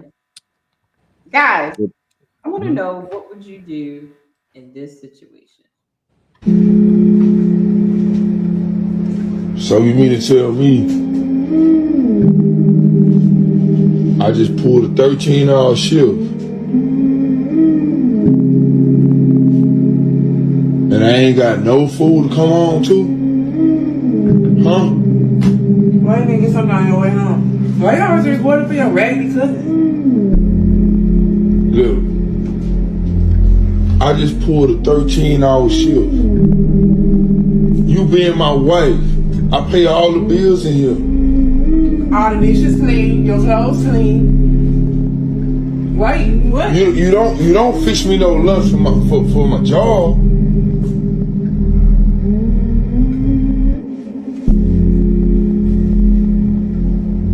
you eating? You work from home. Okay, I can't come home to a full course meal. Leftover that I had from last night. But I'm saying I can't come home to a full course meal. What we married for? What we married for? I'm not your mama. I'm your wife. The dishes clean, your clothes clean, your clothes. You always got on clean clothes when you go to work, don't you? Can you stop recording me?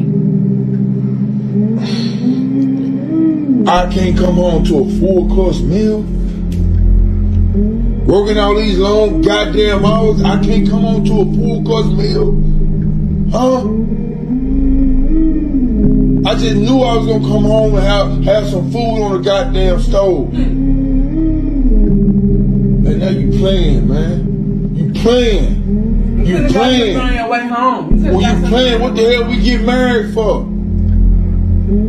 You been doing it for like 2 or 3 months, man. What is it? I can't get no food when I come to. Yeah, first of all, he should have knew that was gonna happen because she ain't had no ass. That should have been rule number one. She ain't gonna get cooked. That's telltale sign right there. Second, the first thing I'm gonna do is cheat on her with my work wife. I'm gonna fuck the work wife, and probably her best friend. I'm not tolerating that. And bang. Yeah, I'm not tolerating that. And first of all, did anybody? Before everybody go, let's welcome Nigel to the panel. Shout out to the night. What up, Nice? Hey, anybody notice the rockaway she was doing? It's like you. All right. First of all, he sound like one of my people's, me and Mandrell's people on this end. So shout out to him and the country folks. But yeah, he knew better. He knew better. He knew better. Yeah, he shouldn't have did that. She was like, I washed the dishes and wash your clothes, and I was like, right, yeah, she did say that. Like, you got clean clothes, so why do I? 2 out of 3 ain't bad, like, you know. Ain't that a bitch? Yeah, but why she hand him that cold ass pizza? That's what killed me. That killed me. That hurt my soul, man. That hurt my soul. That crust was so bent up. And you don't got no ass. And there's no ass behind in there. He supposed to be on the ass. I ain't mad at him. That shit stressed me out. E Black. The crazy part is, I feel like he already knew what type of woman she was. I think something built up, or he just got and did decide to do that. Then that's what I think what happened. Like he already knew what type of woman he had. Yeah, married you. I don't think she had any ass. She's so hungry. She's so hungry. She eating at the counter. She eating down. That's right. So how hungry he got to be? Right. After pulling 13 hours. 13 hours. I work long shifts. You mean I can't get no food neither? Guys, now let's take it this way. What if, she started out cooking and then she stopped? Then it should be a She wouldn't be eating pizza. What if he started to pay the bill, like the bills for the month, and just stopped? What we doing? That's why he keeps saying, why we even married? I felt him. I get it. It might be a little extreme, but that's why he keeps saying it. What if I did the same shit you did, bitch? Man, They'll find him a girl with a big ass.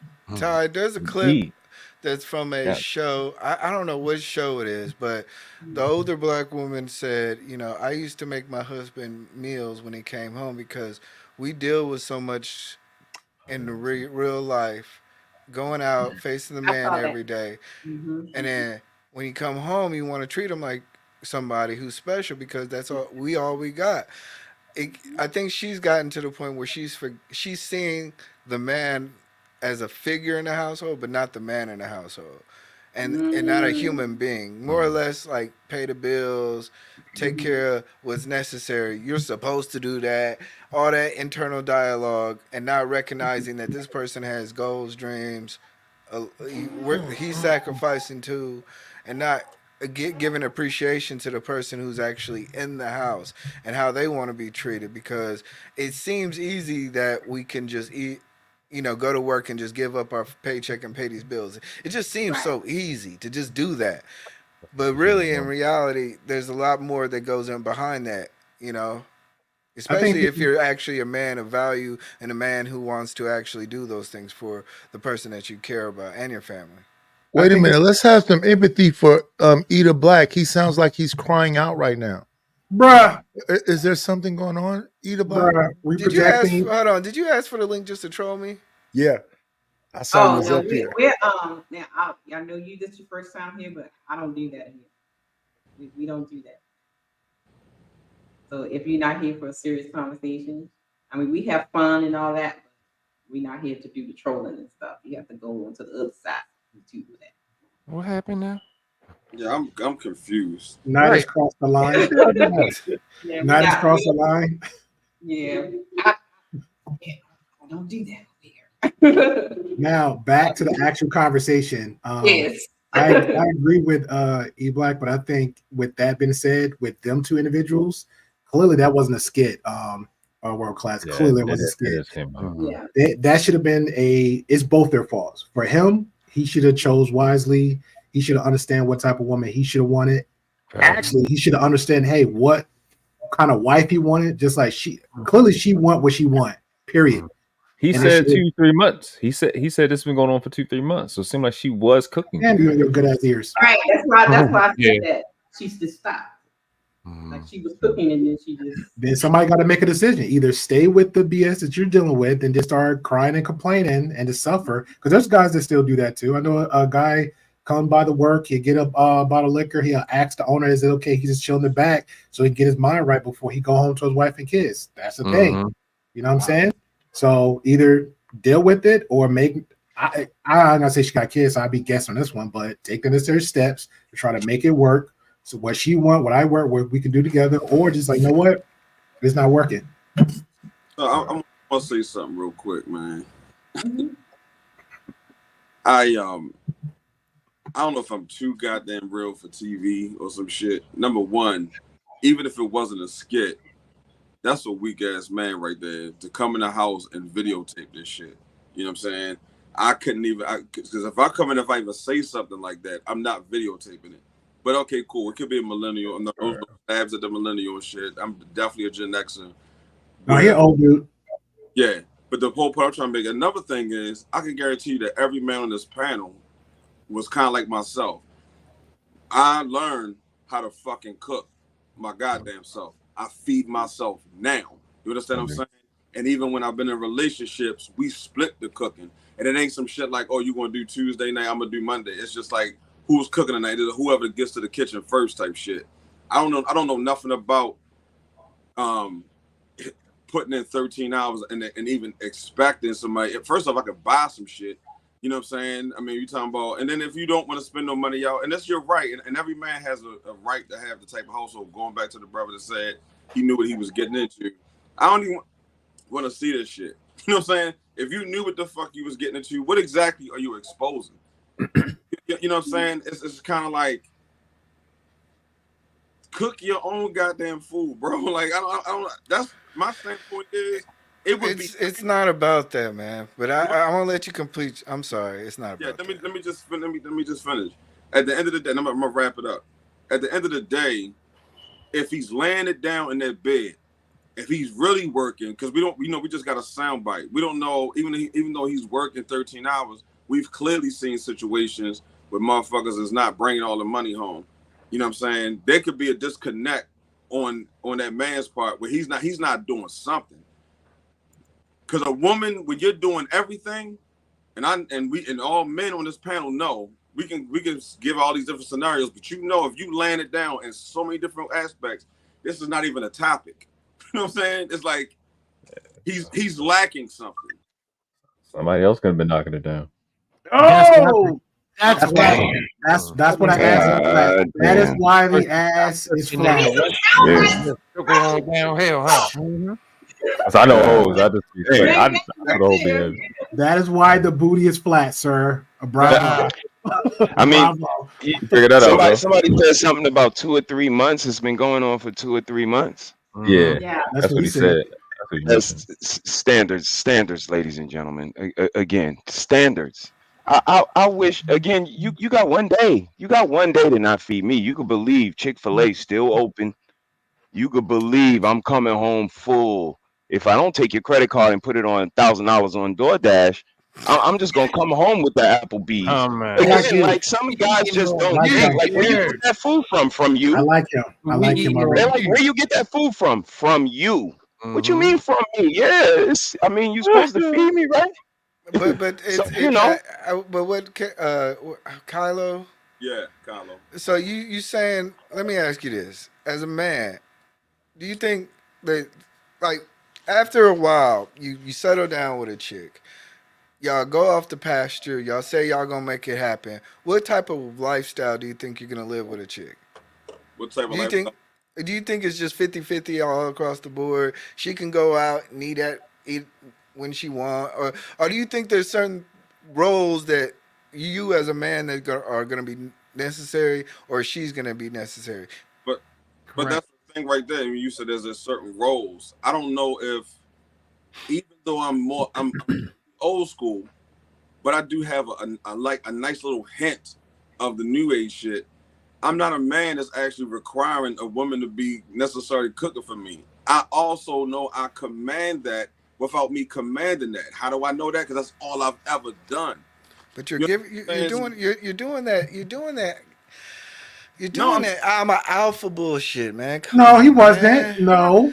Yes, he is. You're doing that. I'm an alpha man, and if a woman is in my space, she gonna know I'm gonna want the meal, and she gonna cook the meal. But that's not what he said earlier. He was actually saying, "Hey, there's a give and take on every situation. If she's not cooking, I can cook for myself." Yeah, so he wasn't on an alpha male. But that's a given. That's given. We all know for we can you, cook. every man's not like that. Every man's not like that. It's not like he's coming. It's not like he's coming home complaining, saying, "Oh, I don't have nothing to eat. I'm gonna starve to death." He's saying, Yeah, maybe because he picked the right chick for him. Maybe he picked that select. He's literally saying, "Look, I work 13 hours a day. Yeah. Could you do me at least the courtesy of Nah, having?" he didn't say all that. That motherfucker sound like he was crying. He was upset. That nigga was hungry. It was Yeah. adult hungry. You saw his cry. hand? His hand looked like a little chiclet. It was skinny. Man, I guess you guys y'all don't ain't think never worked that them 70s then. You must have not Bro, worked them I did 70s. 80 hours and didn't get no overpaid. Like I had lawsuits on people. Like that's how overworked I put in. So I know. I came home from work. Imagine your wife. No. Okay, we're gonna go there. I come home to the point like, yo, I'm gonna come home, play the game, be on my gamer friends. I go in my own room that's custom for me. Guess what I do? Pass out, go to sleep. Right?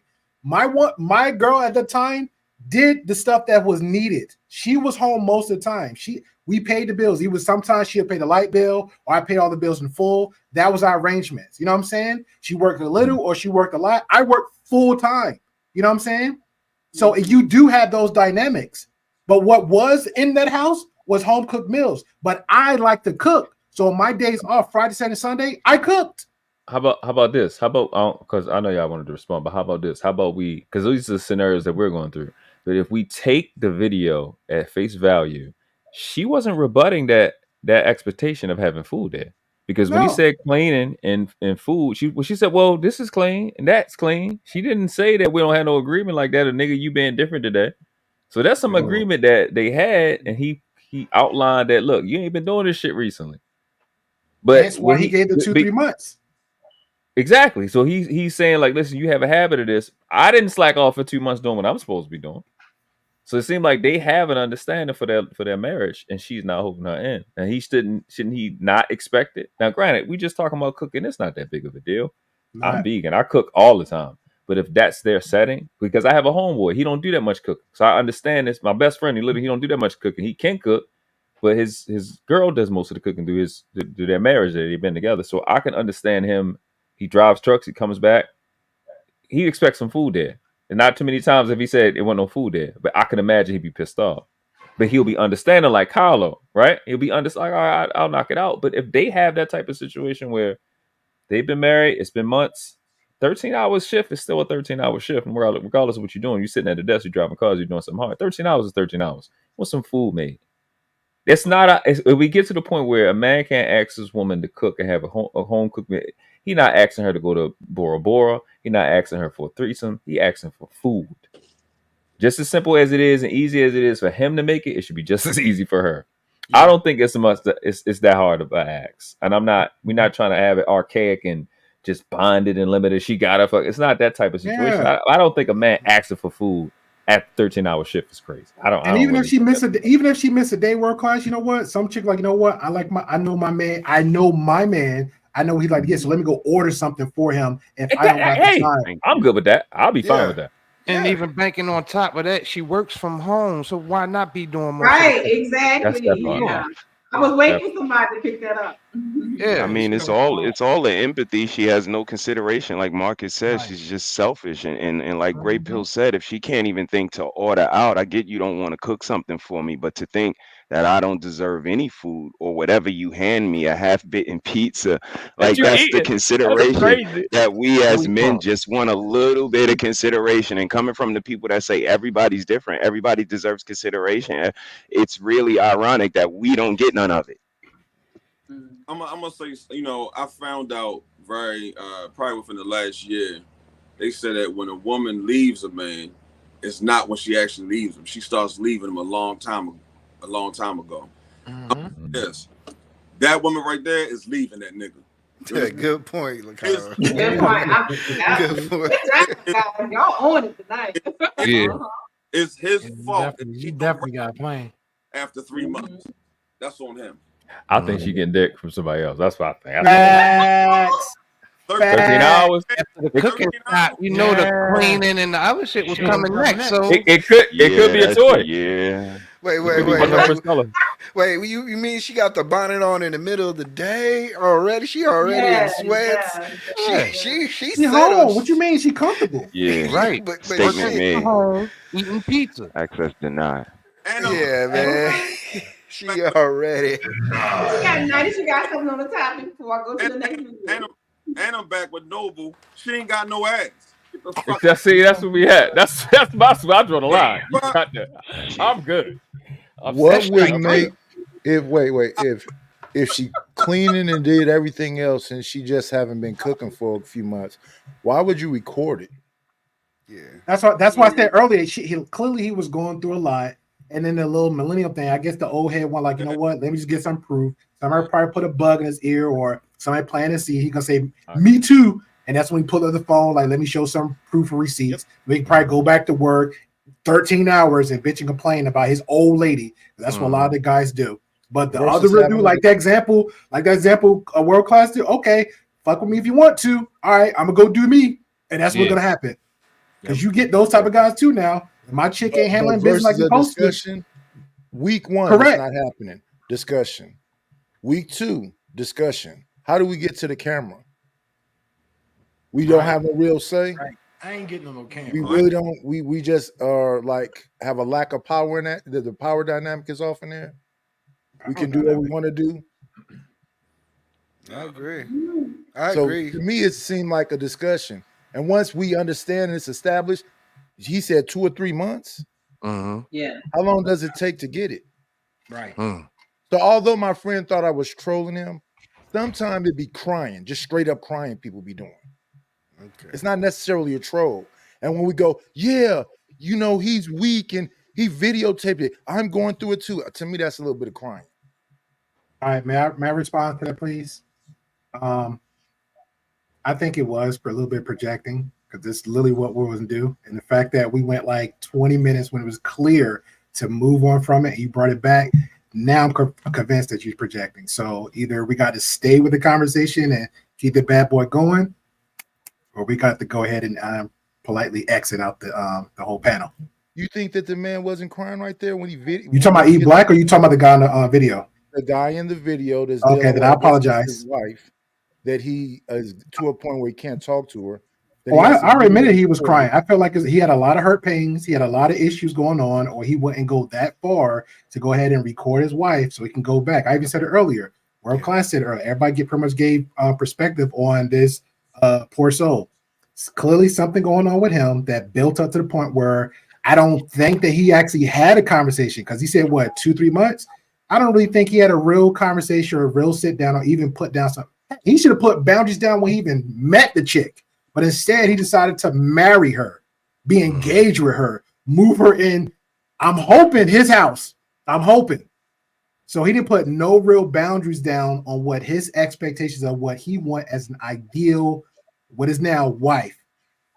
All she doing is say, hey, you know what? 2 out of 3 ain't bad. I wash the dishes, fold your clothes. Here. It's like crusty pizza. Here you go. Yeah. That's crazy. Yeah, I mean, them 13 hours. See, the thing about it is people don't understand. Them 13 hours is a bitch, right? Mhm. And I don't care how many times you eat roadside tacos or 7-Eleven. I like tacos, sir. Or 7-Eleven chicken wings or like Chick-fil-A or McDonald's. You gonna start driving by them hoes and you gonna start feeling like shit. Like, man, I got somebody at home, man. I'd take a hamburger helper or something. I'm just bringing help home one day. I'm just. My brother. He said, "I'm bringing help home." Like, yeah, this our new girlfriend. You gonna be like Maria gonna come over and cook for us. Tiffany, this Keisha, this should help get us started. And I'm going to lay down. I'm not tolerating it. She said, if a girl grows up and can't cook as a woman, who's to blame? Amen. The government. The government. Yeah. The girl grows up and can't cook as a woman. Who's to blame? I don't know. I mean, I'm just going by my experience. I just know some women just don't know how to cook. I mean, I can put the blame on her, but there's some other men that's like, cool, I'm okay with that. And some men just like, you know what? They got the money. Say, hey, we just order out and buy. Here's my credit card. There's women out there like that. Okay, well, I mean, ultimately, it's her. It could be upbringing, but ultimately it's her, because the reason I say that is because you ate food. You weren't interested about how good it tastes, about how it was made. So you lack just inquisitiveness. You lack thirst for knowledge. You lack a lot of stuff by pushing the damn shit into your face every day and not even worrying about where it came from, how it was prepared. I hope you're not fat. There's a time where Big Mama sat you down and taught you how to cook. Exactly. But not only that, it's like the woman saw. I would say it's on the mother, because I mean, I remember my auntie when I used to live in every summer when I go to Tennessee, right? And my uncle used to work 2 jobs. I mean, she worked and they did maintenance work, janitorial work, nothing major like city folk. You know, these are country folk. And my auntie made sure that, hey, I got to get this dinner together. You know, me and my old lady know, like, once that 5, 6, or 7 o'clock going, and she might even be with some friends, she'd be like, yo, I gotta get home. And if she not gonna be home, she call me and say, hey, what you gonna get?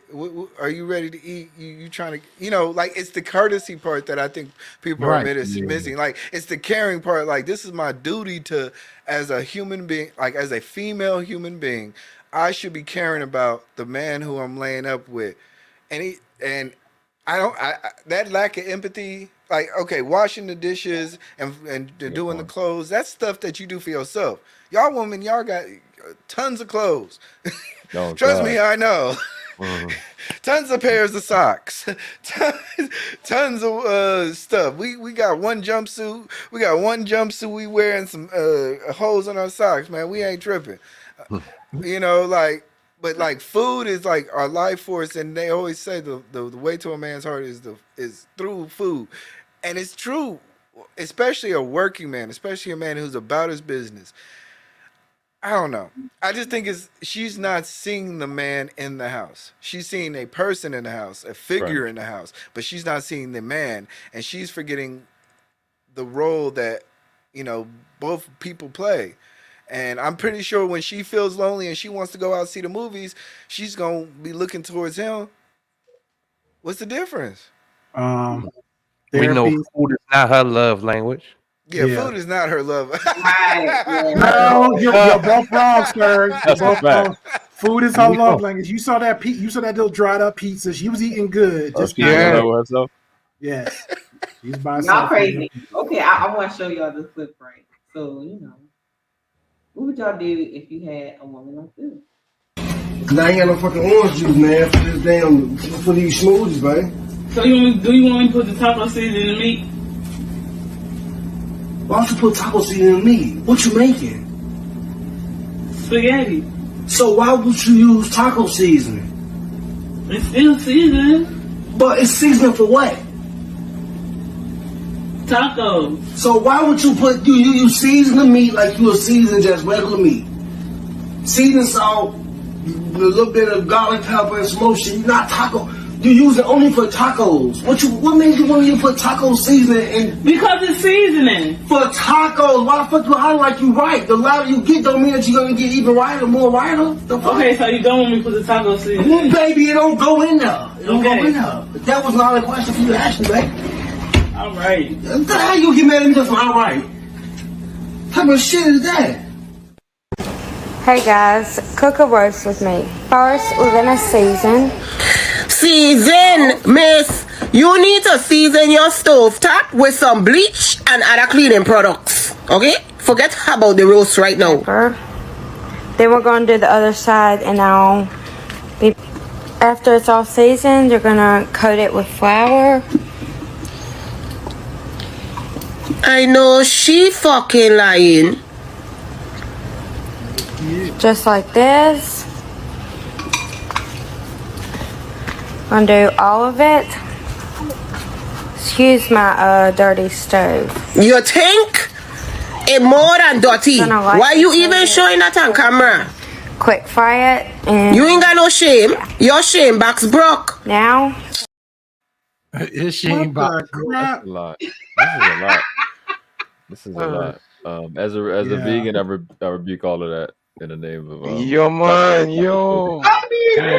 Oh shit. This is why I don't even go on her TikTok because I know it'd be some mess over there. I don't even go on her TikToks. I look, child. They are hot. Did she say that she was seasoning it and stopped at pepper? Yeah. Yeah. And then cut it with the flour. That's when I lost it. Hey, respect. I got a 20-year chef right here. Yeah. Big bro, you ever do some shit like that? No, I'm not doing that shit. That whole kitchen gotta go. The whole kitchen gotta go first.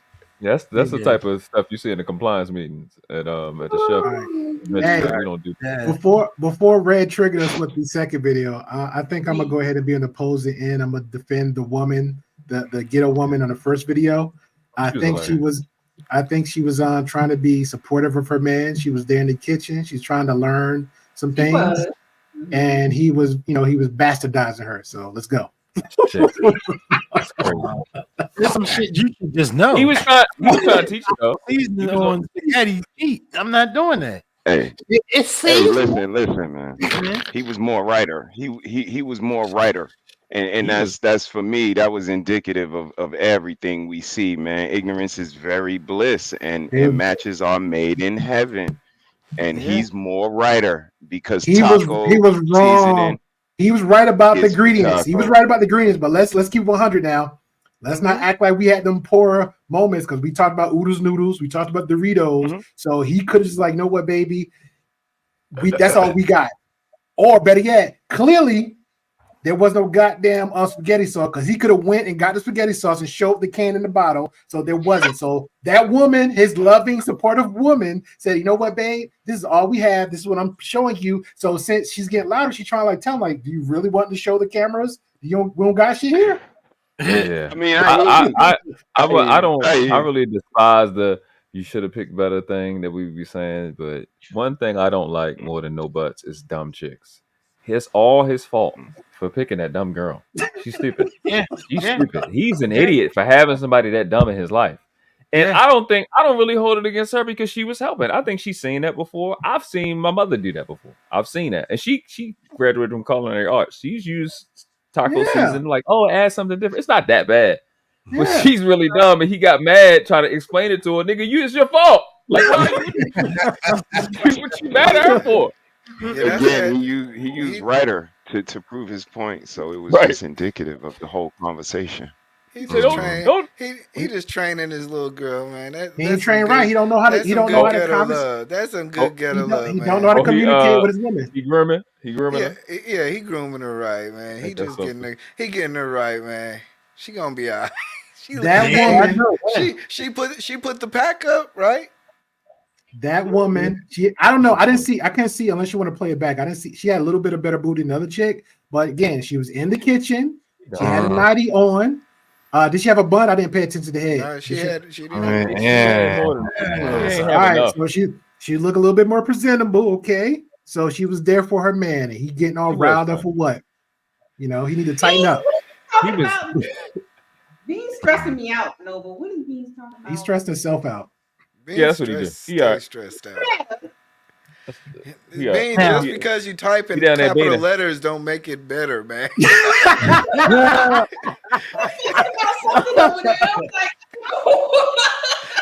What did he say? He said, He's going on a tangent. Somebody else think that you don't like Beans? Everybody don't like me, man. I don't know, man. I'm the cool cat, man. You on beat on that? Oh, you was on the toxic. Oh, no, Beans. What? He Black, what you done did, I man? just scored it. Everything, man. Everything, man. I just scored it. And I got 2 more videos I want to have 3, but I'm just going to 2 more. Sugar Bum, you gotta relax. Carla was saying. I don't pay her no. She ain't got nothing but time on her hands, y'all. Yeah. I like Sugar Bum. I know Sugar Bum. Everybody do. She's everywhere. Hold up, Carla. At the same time. She doing what she do. You know? I don't know how Sugar Bum can control everybody with a flip phone, man. She. No. She's not control forever. I don't know how she got that much time to be everywhere she be. She be everywhere at the same time. It's puzzling. Hey, do you remember? Let me ask this real quick. Do everybody remember Snuggles? Yeah. Oh yeah. I told Petty Red I found Snuggles somewhere in another space. Yeah. What up, Red Lipstick? What's going on with you? My main man Noble. No. I just came to show off my mic. You know what I'm saying? Shout out to my man Noble. You gotta put the bass up. You know how niggas get new shoes and they come to school and keep pointing at them and shit. That's what my he doing. Man Gray Peel podcast in the building. Put your bass up on it, man. You don't sound like that. Shout out to the mic. He laid it out last night too before he got on today. He said, "I'm gonna kill him tomorrow." Nightish over here, Mr. He said over here. You know what I'm talking about? The homie Kylo, the brand up in this joint, smoking talk down there, looking magnificent. What up? What up? P. What up? Anybody else don't matter though. Here we go. There we go. If it is anybody else on the panel, fuck them. Yeah. Okay. We know it. Look. I'm talking about what about the wins? Shout out to my fans, though. You know, they are. All 2 of them. Hey, Carlo, I think you might be muted because I can't hear you at all. Am I muted? Oh, there you go. You good now? You good now? Okay, I got a question for all y'all celebrity podcasters. Hold on, Beans. He been trying to get it for like 3 minutes. So look, I just wanted to play this. Kind of going back to the topic before this real quick. But that's what I'm saying. There's different perspectives, different ways. It's so crazy that we was talking about this, but I didn't comment on it. But listen to this. Okay, here goes. Number 1, a man should never have to pack his own lunch. You're already cooking dinner. Why not set an extra chicken leg, an extra potato, and an extra serving of broccoli to the side when you cook, so we can have a lunch ready to go in the morning? My girl, say it. In that break room with coworkers, and he's got a nice lunch packed, and it's smelling good. And throw a little note in there and telling them what you're gonna do later on that night. I like that. Right there. Okay. Now, he ain't got to worry about coming home to no dinner because the nigga exactly. Lunch. That goes back to when a couple of months ago I posed a question on Instagram. I saw it floating around, and I asked the ladies, if your man asks you to cook him something or make him something at 3 a.m. in the morning, would you do it? When I say 90% of the women said no, I was floored. I was I'm like, not. what? I ain't surprised. They them bitches don't care about us. I was like, what? Yeah. It's weird, but yeah. Okay. All right, What about the men's and what about the women? Oh, y'all gonna love this one because this one is being talked about a lot in these YouTube spaces. What would you guys do if you had this issue? So why'd you breaking up with me? Why? Man, look, man. Why? Okay, so you gonna break up with me because of my son? I've been trying to teach him right from wrong. Look like, man, give me this gun, dog. What you mean? What you say? I said. That's what. So you gonna break up with me because of my child? He's just a child. He's bad, dog. He just need a little guidance, man. Like, don't. That's a petty reason to break up with somebody. I ain't gonna lie. How? Oh, why? Over a 10-year-old? Over a 10-year-old. Where's that? Over a 10-year-old. Over a 10. Okay. Dog, he bad. Right, okay, but that's not no reason to break up with nobody. I can't do it no more, man. So you gonna throw? You gonna figure out that, man? I'm done. So you just gonna throw all these years down the drain? I'm done. I'm not hearing the problem. I agree with him. He shouldn't even have the conversation. Just keep walking. Yep. Yeah, it's a skip, but I'm not hearing the problem. Let me ask you this, World Class. Do you think he's lacking in the way that he actually is trying to discipline? Of course. Like I think what he wants to do is basically go straight to whooping, but there's other ways where, hey, drive 5 miles down the road and walk and see if you can catch up to the car. Yeah, see, you weren't here earlier. Some of these little kids are evil. Like, their household, that setting that they got going on in there. But did you see the boy put a middle finger up at him? Yeah. Before he goes, like that's Any that's a person. good reason. You don't gotta be there for that. Like you don't have to actually be there. You can walk away from the situation, but you end up slapping somebody's child. Then the baby daddy want to act like he a man now, and he want to fight him. You gotta shoot him down and stuff like that. That's crazy. Yeah, it's a lot that can happen in that situation. So I can understand it. Now that doesn't distract from the fact and the point that you made. When you get into a relationship with a woman, again, like we've been saying, you already know she got a child, right? If you know you're not the type of person or type of man that can raise somebody else's child or mentor a child, that's probably not the direction you need to go in. Me, I don't have no problem. I've been a goddess since I was 15 years old, and I understand the temperament and I understand the relationship you have to, how involved you got to be to raise a child or to build a relationship with a child. So I can agree with you with that, but I can't hold it against a man from walking away from some badass children. That is a reason to walk away, because you got to be a stepdad. You got to be a stepdad for those babies, and if they don't respect you, if she don't have the balls or the spine to discipline their child, they're not disciplined when you get there. You walking into a grenade. And not only that, they don't respect you. She don't respect you. So yeah, I agree. But we don't. I think he had the booty. He saw the yams. He cried. He took the chance, and he saw what he saw. And he's like, you know what? Let me stick around a little bit longer, see if she, of course, correct him without even saying anything. And clearly, nothing happened. So I blame him. I mean, we had these conversations on these panels about that men shouldn't get involved with women with children. Nobody should be a stepfather, and I hear JP all the time screaming and hollering about stepdaddies ain't you know what.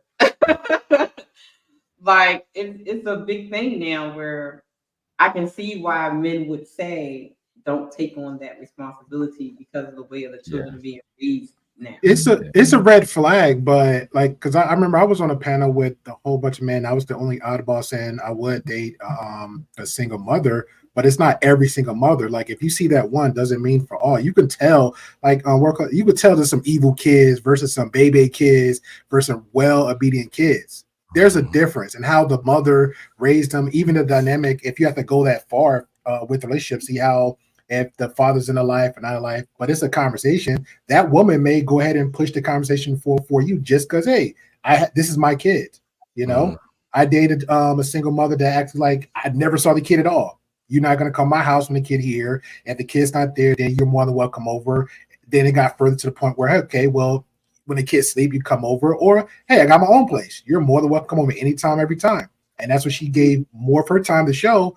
Yeah, I got a kid, but I'll make sure I'm going to show more of myself to you so we can make the relationship going. So you have good baby mothers out there. People just take that negative and just run it for absolutes. But I understand there are some red flags. Just be aware of it. But have the conversation. Anybody else? All right, guys. What about the men's?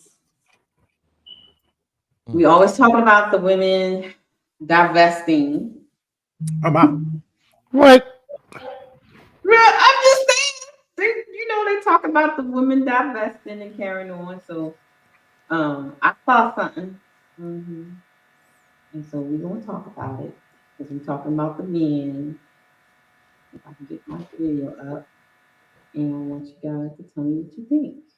I just in podcast sleep. Hey, kick out because I feel like he's not Oh, you up, contributing to the conversation. Somebody on the panel acting up. He's not contributing to the conversation. What happened? I ain't hear what you said. Oh, nothing. Never mind. Nothing, sir.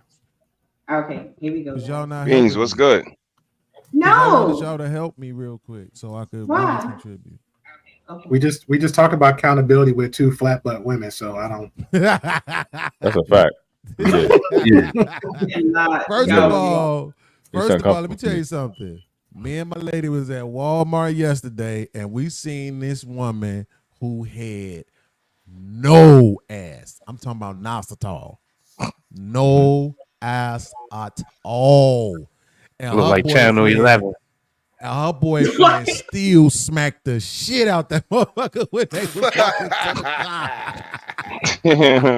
That was great. Oh my God! I said, all right then, fam. I see you, homie. You know what I'm saying? Like, you gonna make your girl feel good about nothing. You know? Straight pelvic bone. Go home, start a fire. I ain't mad at you. No, but I did have this one question because all of y'all are such phenomenal podcasters with unbelievable fan bases.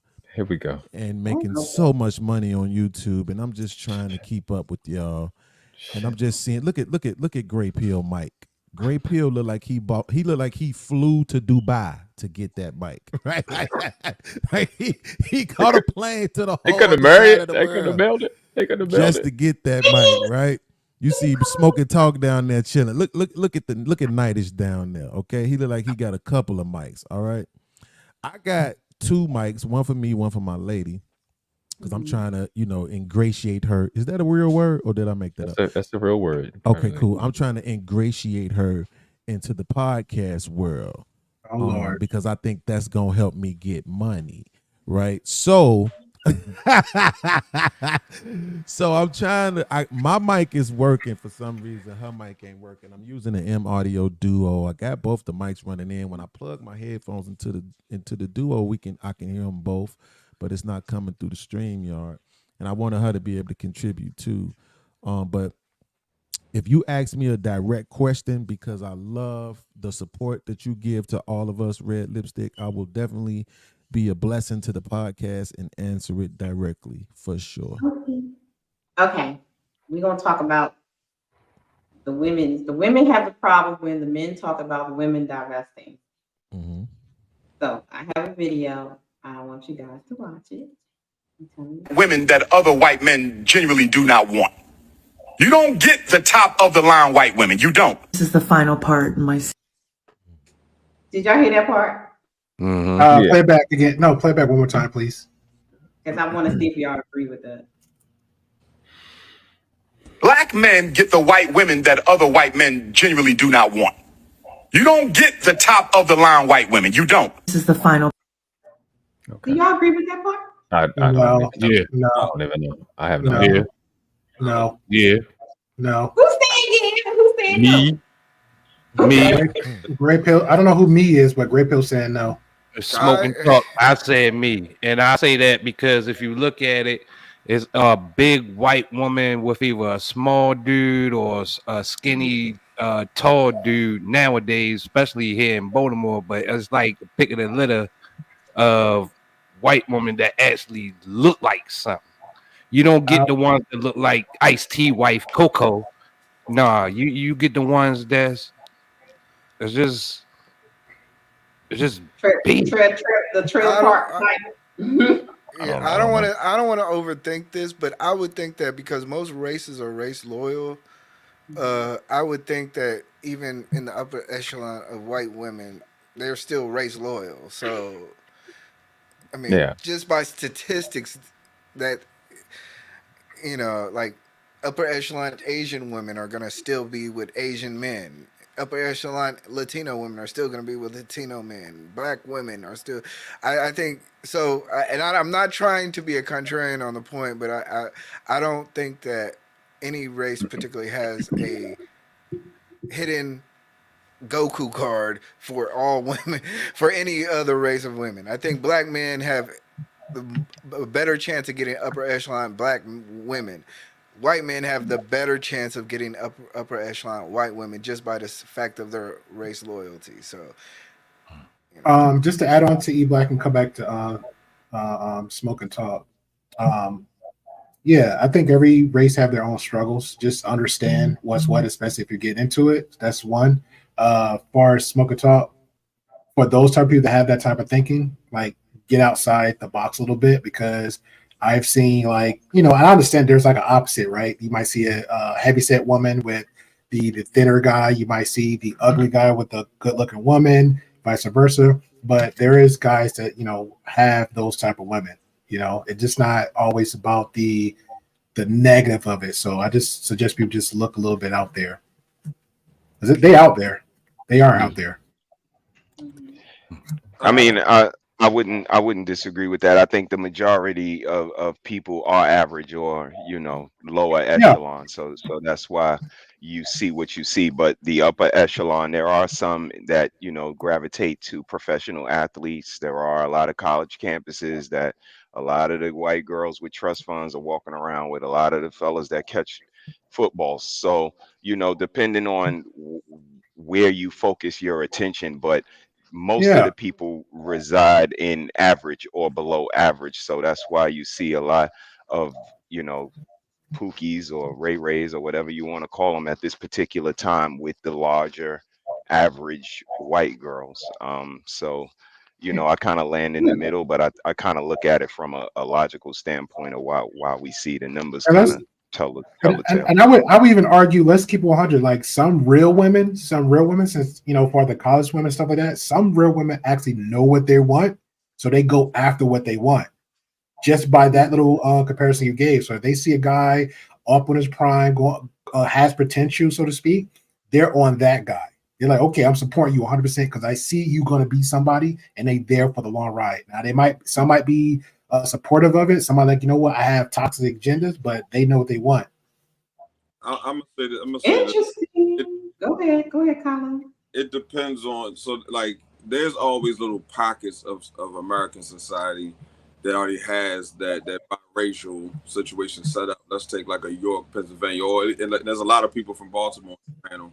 Let's take some place like Columbia or like Glen Burnie. You know what I'm saying? Culture. I'm from the city, but I lived in Howard County. I lived in Columbia a great deal, back and forth, back to the city, back to Columbia, back in the city, back to Columbia. In Columbia, you definitely get those top-notch white girls, and you don't have to necessarily be a sports player. It's just a part of the culture. You understand what I'm saying? Like, it's just white women date black men. You could be physically fit. You could be a sports player. You could just be somebody getting money, and you could be a bum. You know what I'm saying? I've seen some situations where somebody had something top tier and brought the motherfucking nigga in her house. You know what I'm saying? We didn't. And if you've ever been in that situation, I've definitely had some top tiers with some parents that was. And sometimes they try to play get back. I had a Jewish girl one time. I know for a fact I felt like she was acting out. You know what I'm saying? So she was fucking me, and she clearly brought me around. Her mother was cool with it, and her father's hated it. So it's just like, I think it's a cultural thing too. It can be. You know what Shout out to the father. Yeah, I think listen, I ain't got no horse in this race. I don't find white girls attractive. I never did in my life. But it depends on what they call in top tier. That's cap nobles. Nigga, I swear in my life, never in life. I think it depends on what you call in top tier. Like if I have see you seen a this man date any white women, sir? I can't see it. He said he never found white women attractive. No, ever. Are you in that man's head and heart? Let's be honest. Okay, he's telling you, you were in that man's head and heart. Okay. All I right, never, Malcolm X. but if you calling the top tier I chick, know all Williams. if you talking about the chicks that I guess are in like rich neighborhoods or whatever, maybe. But if you talking about jeans, the chicks that I see with big butts, the white chicks with like hips and stuff and thighs or whatever, that be the ones I be saying with the brothers. So I don't really know how to call it, but I can imagine, everybody is fundamentally race loyal. Yeah, because I mean the ass is a muscle, and you know what I'm saying. When you work the muscle, I ain't talking about BBLs and double BBLs. I know those chicks too, but you know I'm talking about like when you just work the ass. There's ass exercises. There's some white girls out here, and I grew up watching this shit. When I was a young boy, there definitely was the flat ass ones. I don't know. This is They be something working. 20 Yeah, years. they put it with work into it. Yo, We grew up watching, man. So I don't know what it is that y'all It's see. it's but their I tell face. you, I can't get with their face. I can't. What's Your her Cindy mic is so low. We got to turn it up. it's Cindy low now. Crawford. All Yeah. of them ain't butterface. I can hear you now. It's better now. Yeah, Yeah, I that's can hear what you I was now. trying to I don't know switch about it better, to but I can hear you something now. else. Make I'm sure you gonna turn the go mic this up way, in man. your I'm done. stream I'm yard. just gonna have to go ahead. We just gonna have to yell across the room at each other. Babe, you love me?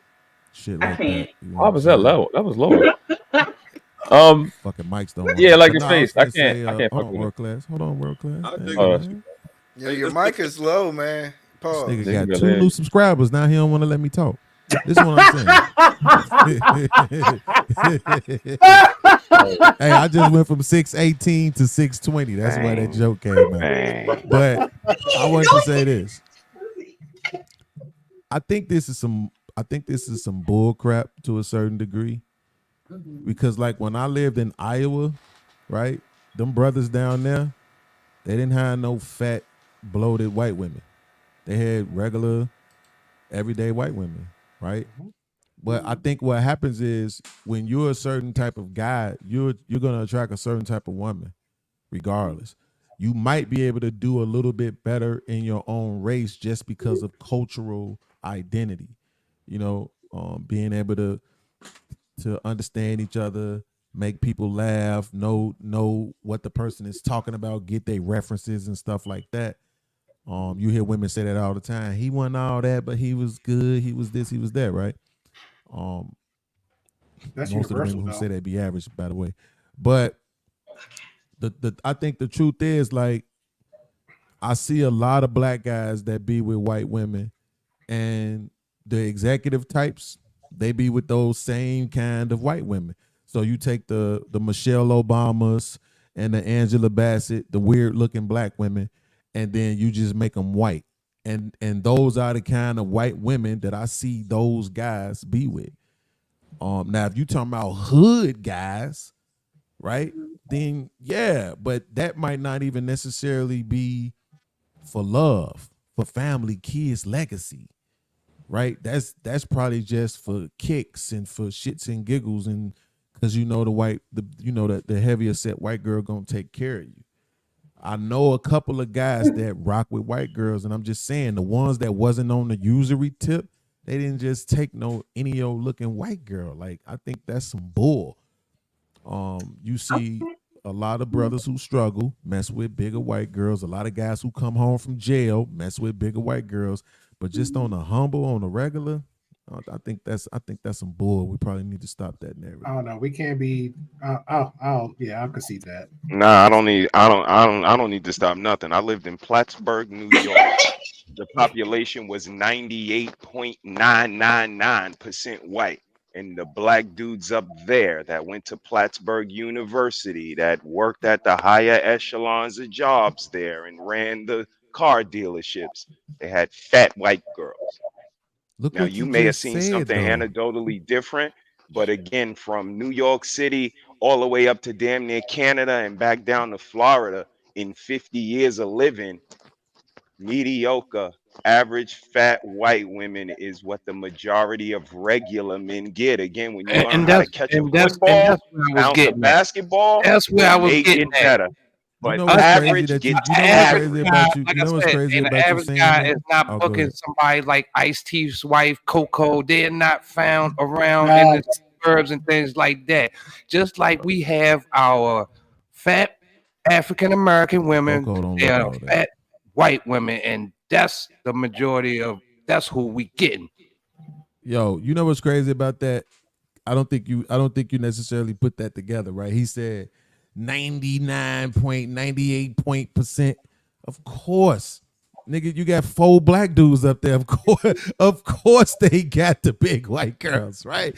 They was up there kicking it with themselves. I'm saying podcast. How many states have you visited, sir? I've been to a few. That don't matter because we just said we don't want to make it anecdotal. Which right? but we're technically we're making it anecdotal.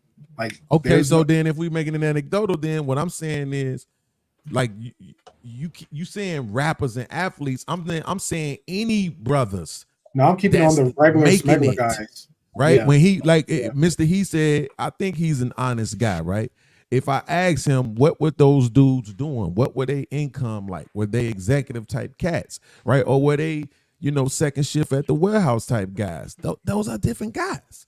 That's what I'm saying. I think people qualify for what they qualify for, right? Okay. But when you move to another, if you come to Chicago, it's very segregated, but it's a whole lot of everything.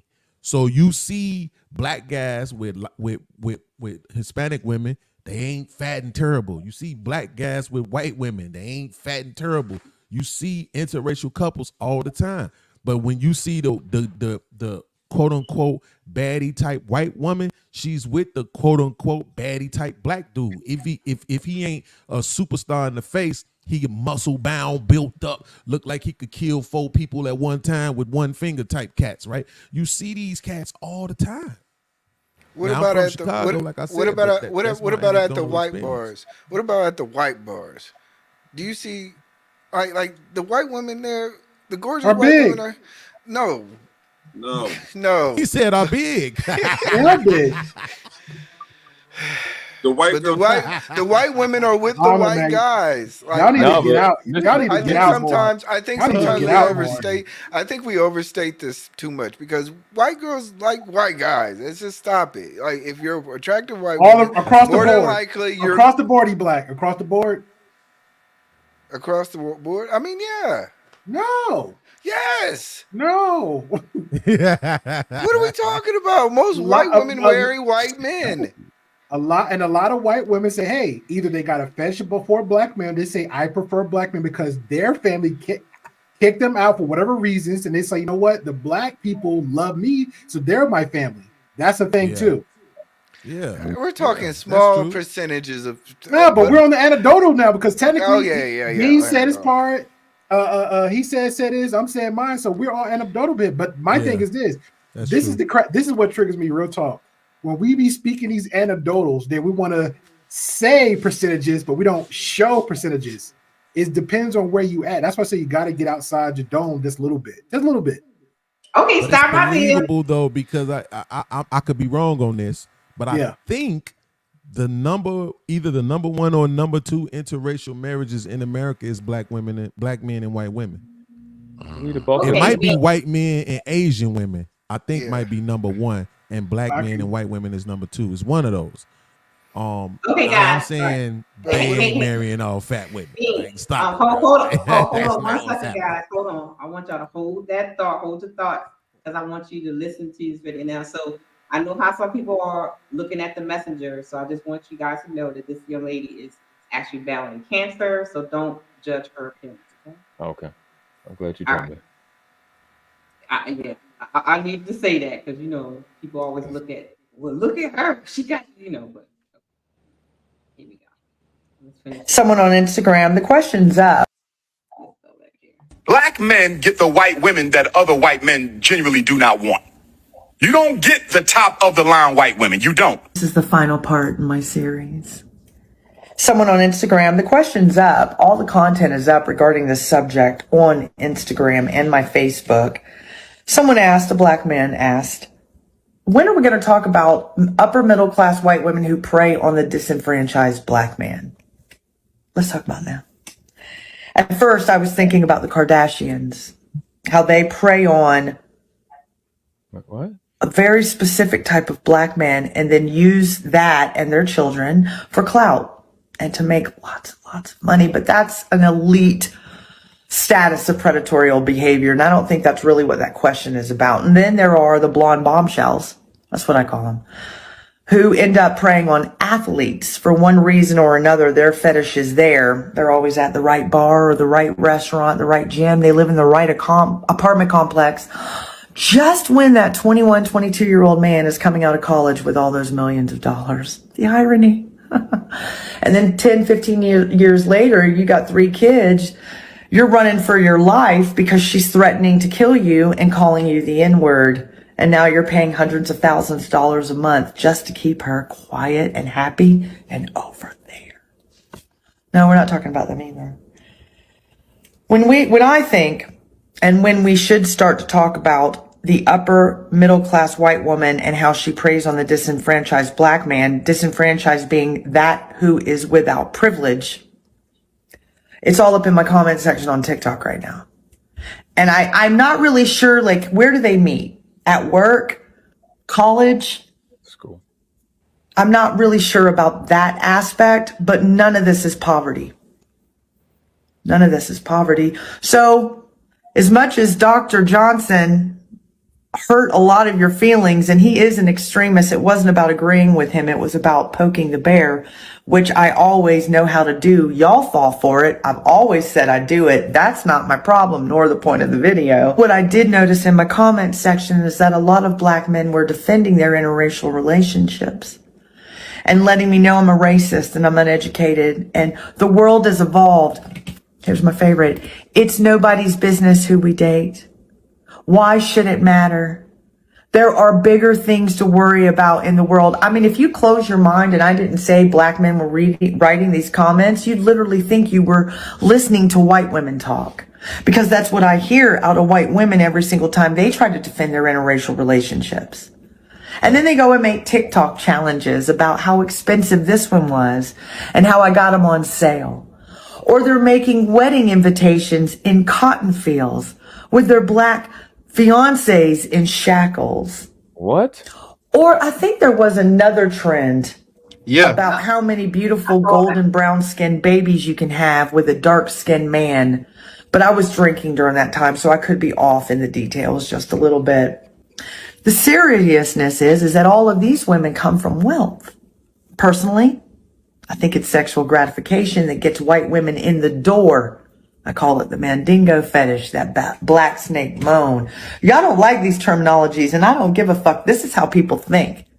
Y'all just like to sugarcoat the terminology when you're deflecting and gaslighting the reality that you're actually the things and the people that I'm talking about. But again, I'm not going to go into that in this video either. What I saw in my comment section over the last 4 days now, because I'm almost at 2,000 comments, is that black men speak like the white women they're with now in America. And I'm going to be real honest, I didn't realize so many black men were only dating white women or non-black women, but I'm not going to go into that in this video either. But there are thousands of you still. I thought that was like a 90s trend. It was done in like 2001. Here we are. And now you're talking like them. Disenfranchised. And what I see, because I grew up in an incredibly racist conditioning like all the white people in America, regardless of if they admit it or not, is that, see, when they were in college and they were fun and everything was having just a party, it was cool to be in that interracial relationship where you were still a black man, your own identity, your own person, your own being. But now y'all have been married 10 years and y'all got 3 kids and y'all live in the suburbs in that gated community, and that whole white world, as long as they accept you, she's going to be happy. So you can be a black man, but not that kind of black man. You can be the black man that white people feel is acceptable and will allow them around their, groups and social events and the PTO. And all of the people commenting in my comment section are predominantly upper middle class. So when I go to their Facebook pages and I see that they live these upper middle class lives, I'm really understanding that It's a whitewashing of identity. And it doesn't happen overnight. If you look at anything when it comes to social construct, it does take 3 generations to actually make something truly happen. It's almost as if white supremacy knew that a whole bunch of rich white girls were going to have a mandingo fetish. So they decided to perpetuate the idea that we'll get black men in their clutches. And then eventually over time and generations, the children will not only be lighter, but all that blackness will just be washed away. And I love her. I love you, Red. This is the exact shit I be talking about. Everybody be on the same little guys, this is the last video because babe about to come home. So weird little echo chambers. Nobody want to open up their mind to have real conversations. I want that video. But she is 100% right on a lot of stuff. 100% right. And I'll leave it like that. All right, guys, round robin. Let me get your thoughts in. Let Mandra go. He's growing a beard. Mandra growing a beard. You notice Gray Pill didn't light up until we started talking about white women. Why y'all acting up? Time out. I love. You know what? Now I'm gonna be fucking petty every time I see you because I just tried to defend your dumb ass when goddamn Nitis came up here coming gunning for you, and now here you go. This is what we doing? But Nitis is no competition for nobody. Nitis is an idiot. Doesn't matter. I can't defend E Black. Now it's on. You ain't a YouTube wife, real film safety. Now it's on. That was every time I see your little white, every time I see your little YouTube wife, real film sapien, little red pill grifting ass, I'm going for her, and I'm tagging your name with it. Man. Brother, hold on, guys. Brother, can you take over controls? I gotta do something real quick. Yep. Yeah, you got him. But you notice that's how it goes, right? If you're seen with a white woman, you're automatically attached with her for life, for your whole YouTube career. One white girl. Damn. Well, it depends on how perceived. I mean, like I'm not hearing the problem. Yeah, it all depends. Yeah, I don't. Like that. He already on his square, so it's all on him. But he's on his square, so you can't knock him off his peg. So. I like to comment about this video. This video, I think you get why you get into such a strong reaction from Gray Pill is because the lady's absolutely right. People don't listen to themselves. They don't understand. They don't practice stoicism. They don't even study it. In stoicism, there's a lesson that's taught where Marcus really says that you don't have to have an opinion about everything. So many people are in such a rush to get their thoughts out that they haven't even thought first. They forgot to think first before they speak. You know what I mean? So all the people in her comments, like she said, if you take the race out of it and you close your eyes and just read the comments, you think they came from white women. Those are coming from black men. You know what I'm saying? So who's the bitch here? Shit. I think he was going right there. You know what I'm saying? It's a fact. You know what I'm saying? I mean, so men, a lot of men, doing air quotes here, think they're talking, they think they're being masculine, but far too many of us, I say in the 90th percentile now, don't know what masculinity is. We don't. I mean, there's so much trauma in the black community where Dr. Umar said you're not getting a top shelf white woman. Well, white men ain't getting a top shelf white woman. I mean, black woman. Mm-hmm. Black women who date white men, there's something going on there. Either they have some kind of disdain for black men somewhere, or they hate themselves somehow. So if that's the case, or they never got the education about themselves to know their true history and their true value as black women. So if that's the case, how the fuck are they top shelf black women? They're not. So white men ain't getting top shelf black women. Only black men get that. Sure in the fuck ain't. So Touché. Yeah, because top shelf black woman is looking for a black man. She ain't looking for white ones. Do Princella count as a? Who's Princella? Yes, she does. All right, that's my question. Okay. Beans, what you think? Beans, what you think? I mean, you know what I think. I thought you were talking about Princella. No. I mean, look, I didn't hear it all because I'm trying to help. I was trying to help my lady, but I heard what Mandrell was just saying. I 100% agree with that. But I think, 100%. and I'm pretty sure most women will argue that that's subjective.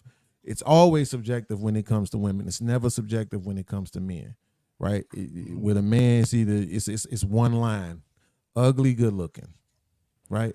But for women, it's always, well, she's chic, she's elegant, she's thick, she's cute, it's all these different lines, right? But I agree with Mandra. I don't the black women that I see white men with, and Noble knows I say this all the time. I don't want them. They look like Angela Bassett. They look like Michelle Obama. Who are two women I don't believe are attractive. And so I don't care about it. Now, if I see a white man with a Keisha, a Bonquisha, a Tatalicious, then I might feel some kind of way. You know, if I visit my lady at her job and she talking to her boss, I'm gonna feel some kind of way. You know, like, get out of my girl face, you white racist cracker. But thanks for the paychecks. But I'm just saying. But I'm just saying though, in real life, like, I think that's really how it goes. I don't. But we look to Gray Pill and Mr. He Says point. I'm not gonna pretend like I haven't seen black guys with big girls. I'm just saying I don't see them marrying, having kids, building family and legacies with those girls. Right? That's something that they do. I'm sorry. No, that was a Baltimore thing. I was saying they do it out Dundalk, Maryland. Yeah, I mean, if you trying to come up, I mean, it is what it is, right? Like, come on.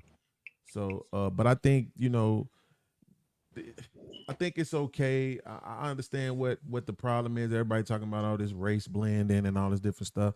I think it's okay. I think it's enough white people and enough Negroes on the planet that we always gonna have dark skinned people. We always gonna have white skinned people. We'll be all right. People need to find who they can find who will love them straight up and down. It's some women out here who they ought to be with white men because the white man is literally going to appreciate her melanin. He's going to value and appreciate her melanin so much that he's going to be able to take care of her and love her in a way that the average black man's not going to be able to, because we have this attraction to certain phenotypes and physicalities. So if you're not rocking a 34C, 36D breast, if you're not, 36 to 42 size pants, you ain't slugging, you don't got big juicy lips, you know what I'm saying? You don't got it like a city twang or a southern twang. Man, look, go get your money, sis. Divest all you want to. But the thing about divesting is you gotta hate the other people you're investing from. I don't think you gotta do that. Like if I could hook my daughter up, I would prefer that my daughter.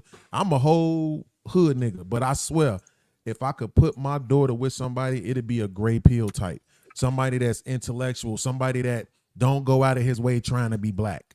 I got a lot of respect for him because he don't try to force it. He's like, I be feeling like I have to force it.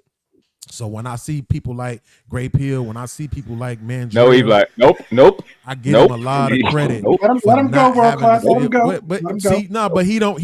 But see, this is what you got to understand about E Black. He just black in face only. Nope. Right? Nope. Podcast. Nope. That's what you got to understand about him. Okay. He black in face only. Okay. That's it. You know what I'm saying? It's different, bro. He don't have, that thing that you and I have, Noble, called courage. But I'm just saying though, like, I got a lot of respect for what they do. And Mandrell knows this. How many times and how many people have told you, Mandrell, you need to get a white woman? Black women have told me that so many times. On dates with them. I've been on dates with black women. Yes, plural. Not a black woman, black women, plural, who have told me on dates. I've been told that on I don't see you being with a black woman. Yeah, and that's because they understand. You know what I'm saying? I'm like, what? It's a level of sternness right? A level of discipline, a level of masculinity, a level of, intellect that the average black chick, and when I say average, I don't mean looking, I just mean average in numbers. They not prepared to deal with that, but a white woman would be. It don't have anything to do with looks. So I rest the mic. Well Thanks, said, man. sir. Appreciate Well that. said. Smoke and talk. What you got, man? Ain't too much. But like I said, I'm just looking at my environment and my perspective. You just don't see a real baddie, a Caucasian, with your average black male. Like you say, they getting around heavy set women. And I mean, just basically it. Just going by basically what I see. I know it's not probably like everywhere across states or whatever. I'm just going by what I see. There's not baddies coming. I mean, there is, but I just don't see it. I just see. I do. I see it. I'm in Alabama, and I see it all the time. Yeah, that's why I brought it up from my end, because just for that, and I know Mandrill travel, so I do more states to state. I have friends in every other part state. I go hang out with them. Technically, I live there every time I go there, so I see what I see. But for just for this conversation, it's just people just need to understand when most platforms they speak in absolute, they are arguing, standing they squared. I'm like, you really don't go outside your 4 blocks of your neighborhood and see a different type of little mini lifestyle, but at least understand you see what only, like how you just said, hey, I see what I see. I'm not gonna take it no further than that. But other people literally argue you down for like 6-7 hours, like this is it. And I'm like, it's not. It's not. I still don't know what a top World class on you, brother. Well, blame Beans, because I think Beans went a little bit, but I'm with him. I'm with Beans. I still don't understand what a top echelon white chick is. I can't get the reference in my mind. But to the lady's point, that happens often that these, and I think that's when Priscilla and them chicks get it from, that these men be submitting to these females and then talking like they talk. I think that was the biggest telling thing that she said in her little soliloquy that she had going on, even though she was intentionally being inflammatory. Projection, bro. What'd you say? I was agreeing with you. I'm just saying a lot of projection with her. Like it's like the most I've seen of her, like I said, really talking. I don't know if y'all seen the one where she B. Taylor was interviewing her. And then the last one I seen when she was on We Unlock's platform. That was just like a lot. She was Priscilla? Because you mentioned her. Yeah, I mentioned her, but I was talking about the lady that was in the video. Oh, okay. I'm sorry. Yeah. No, but she was mentioning how they taking up the what she said upper middle class white women's talking point, right. And you see that, man. You see the thing. I think most people have heard it. You become who you hang around. So if that's who he's around all day, he's gonna take those talking points. Because if you committed to it, I don't have no choice but to think you're gonna have an argument that is consistent with the decision that you made already. Right. So it's just I don't know. I can't relate because I don't understand it, but apparently it is a lot of dudes that either dealt with a white girl before or with one right now. And I don't really understand it. But I know it's the same thing that goes with if a dude dealing with a Spanish chick. I haven't seen a dude with the baddest Spanish chick. Like I just don't see that. I really just don't. I don't see that. Now they don't be horrible looking. They be about the same average. It was what was said earlier. He'll get a chick around the level he'd have got if he dealt with a so-called black chick. So I don't know. I'm not invested in this conversation. I don't really give a fuck who niggas fucking. That's your business. I'm not in the corn business. Fuck a car for all I care. It don't really make no difference to me. But I look at when you see Omar Johnson making an argument, it's because his fan base is black females being told dumb shit that don't make sense so they can keep continuing to feel needed and not actually changing their behavior to move us forward. So that's his fan base, is to be a piece of shit. Because that's to what get people to donate to the school that ain't ready yet. Gifts ain't gonna never be ready. Yes. Donation. I'm glad you inserted that. So January the 1st, I have a friendly wager with We Unlock. So $100 that the school's gonna be built by January the 1st. We Unlock still believes in Umar Johnson. I'm trying to respect the man, sir. So I might. But wait. I thought he already had the building and all that. I don't know. Like I said, this is how much I don't invest. Ain't nobody into attending the school. I didn't know. There are no students, no teachers. I didn't invest no much until Wheelock was always. Does he even have land for it yet? You know more than I do. I'm getting all this information from Locke, and it turned to a whole heated thing. I think 2 weeks ago, and I inserted myself just to kind of defuse the argument. I said, "Screw it, it's $100, win or lose. Like if I lose $100, you're donating to something. I guess supposed to be a positive cause. Hey, if you lose, I'm getting me 100 free money. So it's a win-win. However you will look at it. The reason why I asked it because I remember It'll when be an online school. that somebody Don't. That might be his cop out. Don't say that. That might be his cop out. Okay, the reason why I asked you because I remember when he was taking donations for the HVAC system, right? So you have to have a building in order to put a cooling system in. And then not too long ago, he was on there talking about he needed money because somebody bust all the windows out of the building. So he already has the building, right? Well, yeah. Okay. Here's the thing: if he has the buildings, still he has no teachers, and I do mean zero. No students. How you gonna have students, no teachers? So I mean zero. Then he was on the Breakfast Club a year ago talking about he needed Black people to donate free labor on stuff. I'm like, why do you constantly need? You've had millions in donations. Why have you not gotten these schools up and running again yet? You know what I'm saying? They're private schools, which means they're paying tuition. Brother, where the school? Why are your schools not operational? They're not operational, and it's been how long? Because he had to pay his car insurance. That shit be cost a lot. I'm sorry. I'm about to be real petty right now, but I gotta do this because I'm like, am I seeing things? Yeah. I said he got a beard. I said he got a beard. It's a goatee, a whole goatee, and growing facial hair. So you just started growing facial hair in your 40s? Yeah, I mean, why not, man? Is that your first one, Mandra? I'm usually clean shaven, Black. You know what I'm saying? That's the Fisher Price one. My first go.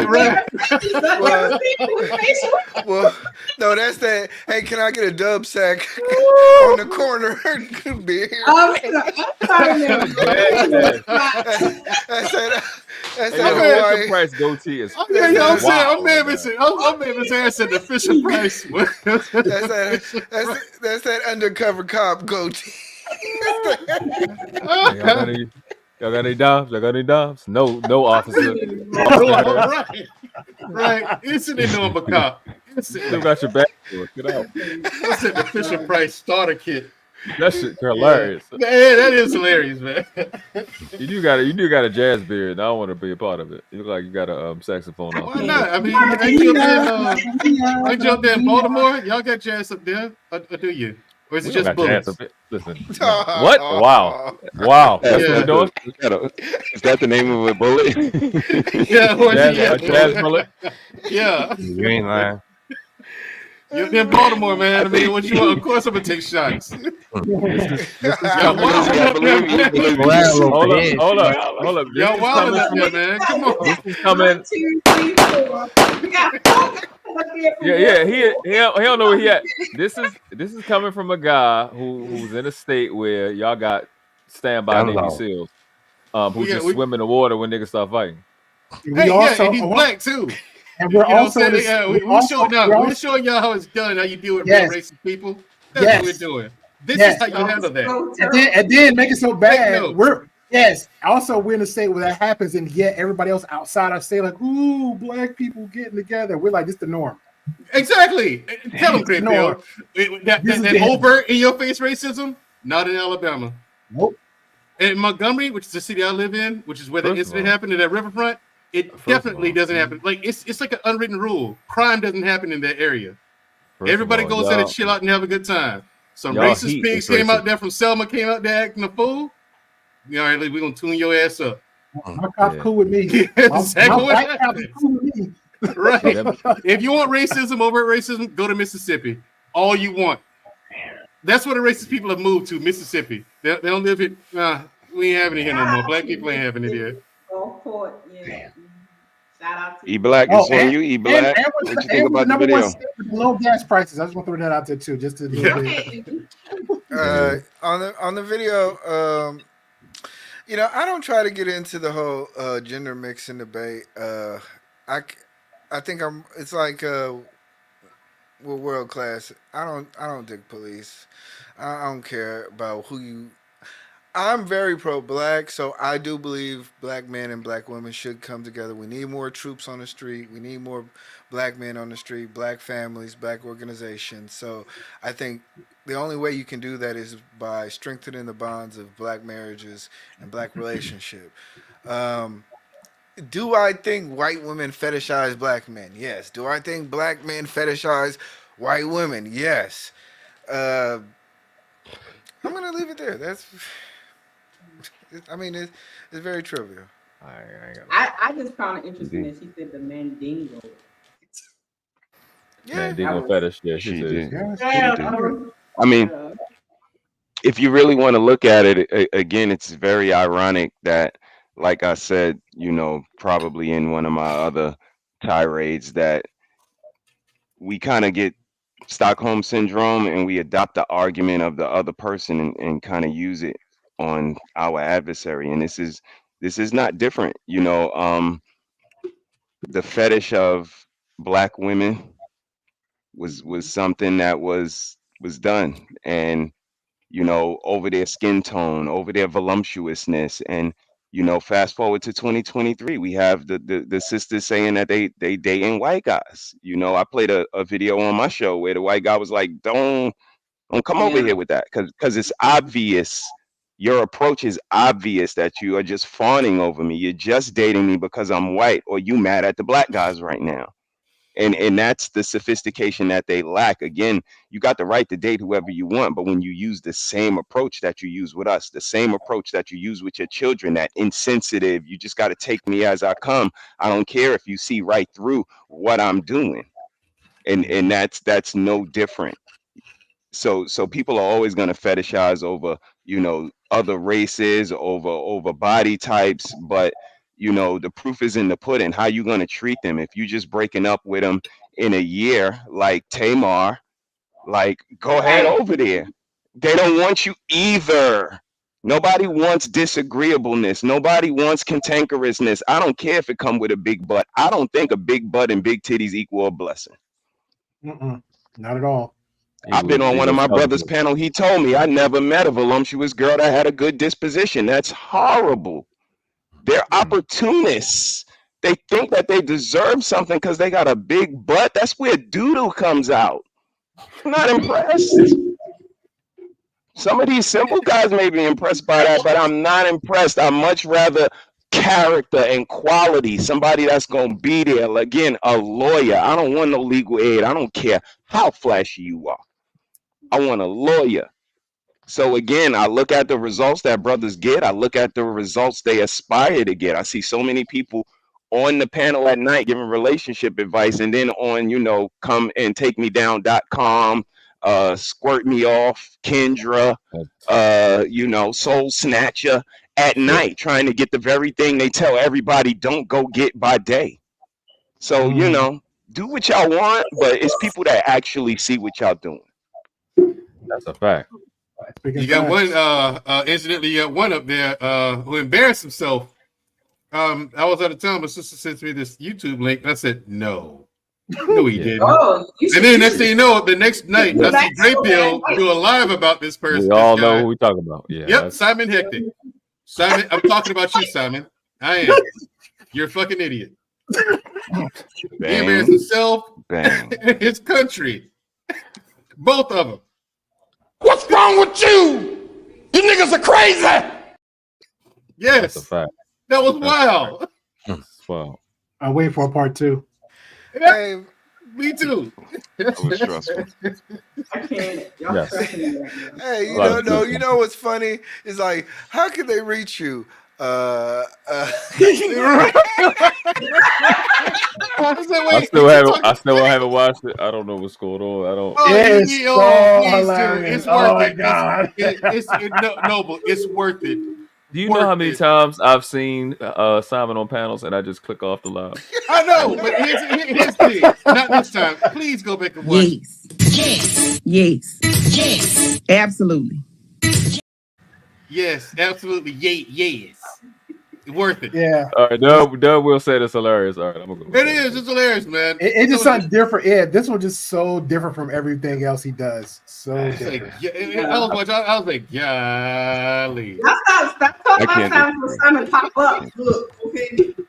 I can't disagree. Hey, I think it's pretty good. I mean, I watched Great Pill. I watched E Black, and I was not.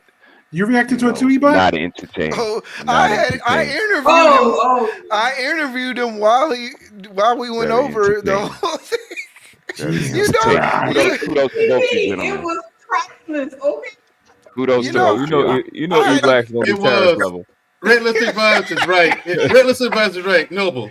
It was priceless. It really was. It was like that, man. Shout out to Simon, though. Big up, man. Nope. Big up, man. For real. No, I'm the hating. other side of the pond, man. Hold on, E-Black. Was it after or was it after before he went on? No, he had the same shirt. Is that why? That's why Red was like, "Here's a picture with his jacket. Here's a picture with his jacket." This was 2 days later, and he had the same shirt. Stop. Y'all got to Bang. stop. Y'all get E Black. Bang. Buddy is a whole mess. He's a whole hot mess out here, Noble. He is a whole hot mess. Shit like one that. time, look, my sister. He had my sister on this show one time. Good night, guys. I gotta go to sleep. All right, no problem. All right, Carlo, appreciate you. And incidentally, she was her last first and I think it was her first and last time, no doubt, on his show. He's sitting there saying, "Shoo." You got a show? Give me You a got a call. show? He has a YouTube channel. Give me a call. My sister's like, the food channel? Yeah, that's one of them. Yeah, that's one of them. That's one of them. Yeah. Oh, you know how to work too. Yeah, the Shit. Food Network. I think that's his newest one. The first one is like I think it's called I Simon think Hector. he said Yeah. Somebody hacked the other one, so he had to create. I bet they would. Never mind. Why? Why bother? like with him, I'm like, why would you bother? I mean, he's doing a good enough job of sabotaging himself. That's a fact. All right, guys, this is the Monday night. This is not a smoke show. I will do the smoke show very soon. You know, I probably Friday, so you guys can do what y'all do in the middle of the night. And while I log off, and y'all can have it. Have you fully moved in yet? Yes, I'm fully moved in. Oh, so you got all your packages? Okay. Oh God. Got the Temu one too. Okay, we gotta get your mic set up. We gotta get everything together. Okay.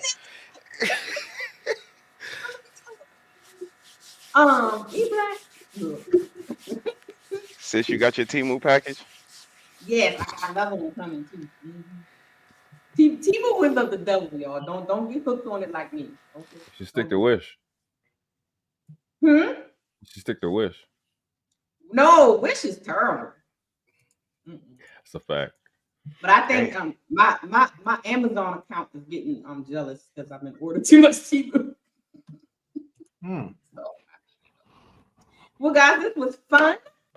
I had a good time. Thank you guys for embracing me coming back to these YouTube streets, and I had fun tonight. And the chief is about to come home, so you know I gotta do my thing. Do we get final words or no? No. So, having said that, I must play my song. Did I hurt your feelings? Do you think I give a fuck? Okay. In that order, so all the haters and all the ones that be in the cloud be talking this shit, you know. We bashing and shame. Yes, we bashing shame over here.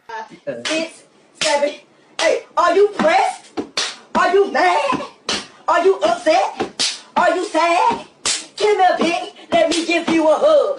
Cause you act like nobody shows you love. Get out your feelings, ho. Get out your feelings, ho. You stay complaining, you stay crying, you stay whining, ho. What you need? A pat on the back, bit? Or do you need some candy in a pack, bit? Cause you always in your goddamn feelings. And that shit be straight up killing me. Okay. All right. I'm stressed out. You know, I got those. You know, the only reason hold on. The only reason why I want to know where you people find this stuff is so I'll know to avoid it. I want to avoid the entire website. I'm not. Listen, guys, I don't want to know where to. I want to know where to not go. That's why. Her timeline, I swear. Good Lord! I was like, wow. Did she have a Wonder Woman fit on just now? I don't know. I was trying not to look. Why would you bring that up? Now you. I saw when she did the knife thing. I was like, "Is that a real knife? What if she accidentally like?" How was she still stumping and clapping? It was somebody. It was somebody off the. It was somebody off the camera doing the beats. That's why I don't want no parts of that no more. They was working the camera and making it. Analyzing it so hard. Yeah. Well, who did the editing? That's the person that need to get fired. No one. No one edited that. That was awful. That's it was that bad. Right there. There the emojis to the side. Yeah, they can put emojis up. Well, you. Never mind. I don't want to know what you're trying to do. And on that note, thank you guys for coming through. I truly welcome. appreciate it. Thank you. I think I'm gonna do a smoke show. I'll see what's going on this weekend.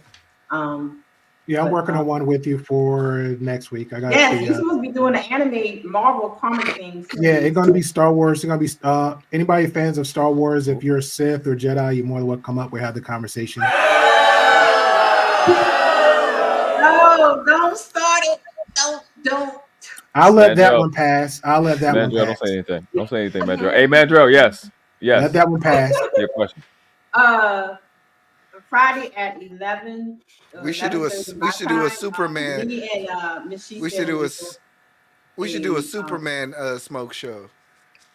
No, you got to stop. I already done that. I've been seeing you do the same thing somewhere else. You got to relax. Yeah. Don't do that. Don't do it. Just corny, just to be corny. Who does that? Don't do it. How y'all say? Y'all say who is it? Superman or what? Who was it? Flash. Yeah. No, we're not doing this. No, okay? y'all better put. It's already done. It's already done. Y'all better put some respect on my guy Clark, man. We're trying to exit out of here, man, because I don't want to try to get triggered. I'm trying to get triggered. Okay, look, Friday at 11:30 Central, 12:30 Eastern. Me and Miss She said we'll be doing sister code. We were talking about time management for these women that think they can't cook and clean and still be a wife and work a job too. So we're gonna talk about that, and then probably gonna do a smoke show. If any of you guys want to take over, just let me know and I'll let you have it. You can do the smoke show. Just don't have my channel flag. That's all I ask. Can I bring my own memes? Can I bring my own memes? Yeah. Okay. Yeah. It might be late.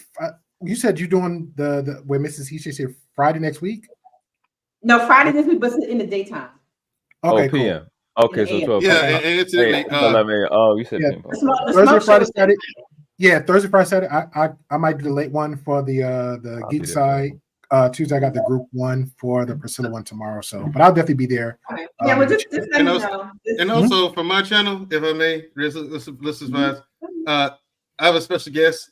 Noble from the World Class will be there. I will be interviewing him Friday about his daily diet, his diet nutrition habits, because he's a vegan for whatever reason. Oh, that's what's up. I'm doing a series. Yeah, it's crazy. Why are you a vegan? I don't know. But anyway, no, it's not. For the same. That's why he's built like a skeleton. All right. Okay. Well, that shirt you got on was fit for a skeleton. Okay, this should look like it's made for toddler or some shit. Like, get the fuck out of here. Oh, come on! Don't get jealous of the muscles. Don't get jealous of the muscles. You gotta relax. I must really miss my guys because y'all acting up, and I'm trying. My channel, black people saying like, because I heard on Jay Prince's channel, he's like, no black people talking about no health and diet and stuff like. I'm like, I got a whole channel. That's all I talk about. Like, that's the whole channel's about. That's my whole point. Yeah, that's. No, I'm like, come to my channel and just check out the content. Welcome to my world, Mandro. Welcome to my world. You're right. It's just like, I'm like.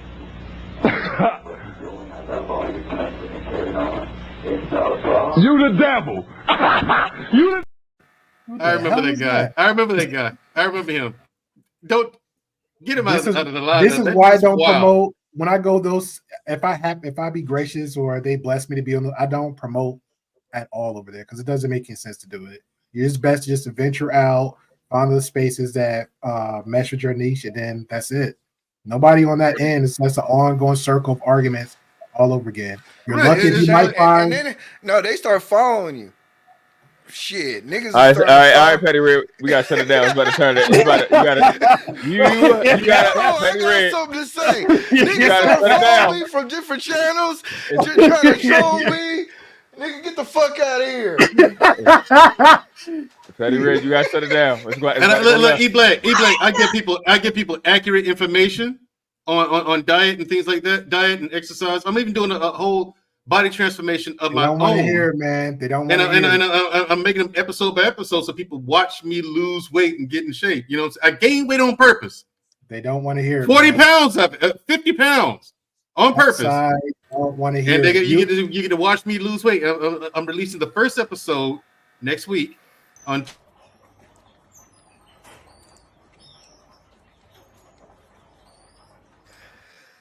That's that vegan diet. That's that vegan diet. That was wild. Wow. I've seen horror movies with things like that. That's like a chin with feet. What the fuck was that? Resident Evil. Shout out to the right. I didn't know if it was a rat or a monkey at first. I was like, wait, what? It was something you created in the lab somewhere. It looked like a microwave rabbit. A microwave rabbit. Okay. And it, all right. Thank you guys. Right. I got food. Okay. Thank you guys. Shout out to Quantum Love. Quantum of the metaphysics. Shout out to her in the chat. Yep. You can't. That's Alabama. He can't shut up. That's Alabama right there. That's the Alabama. license shit. That's the license.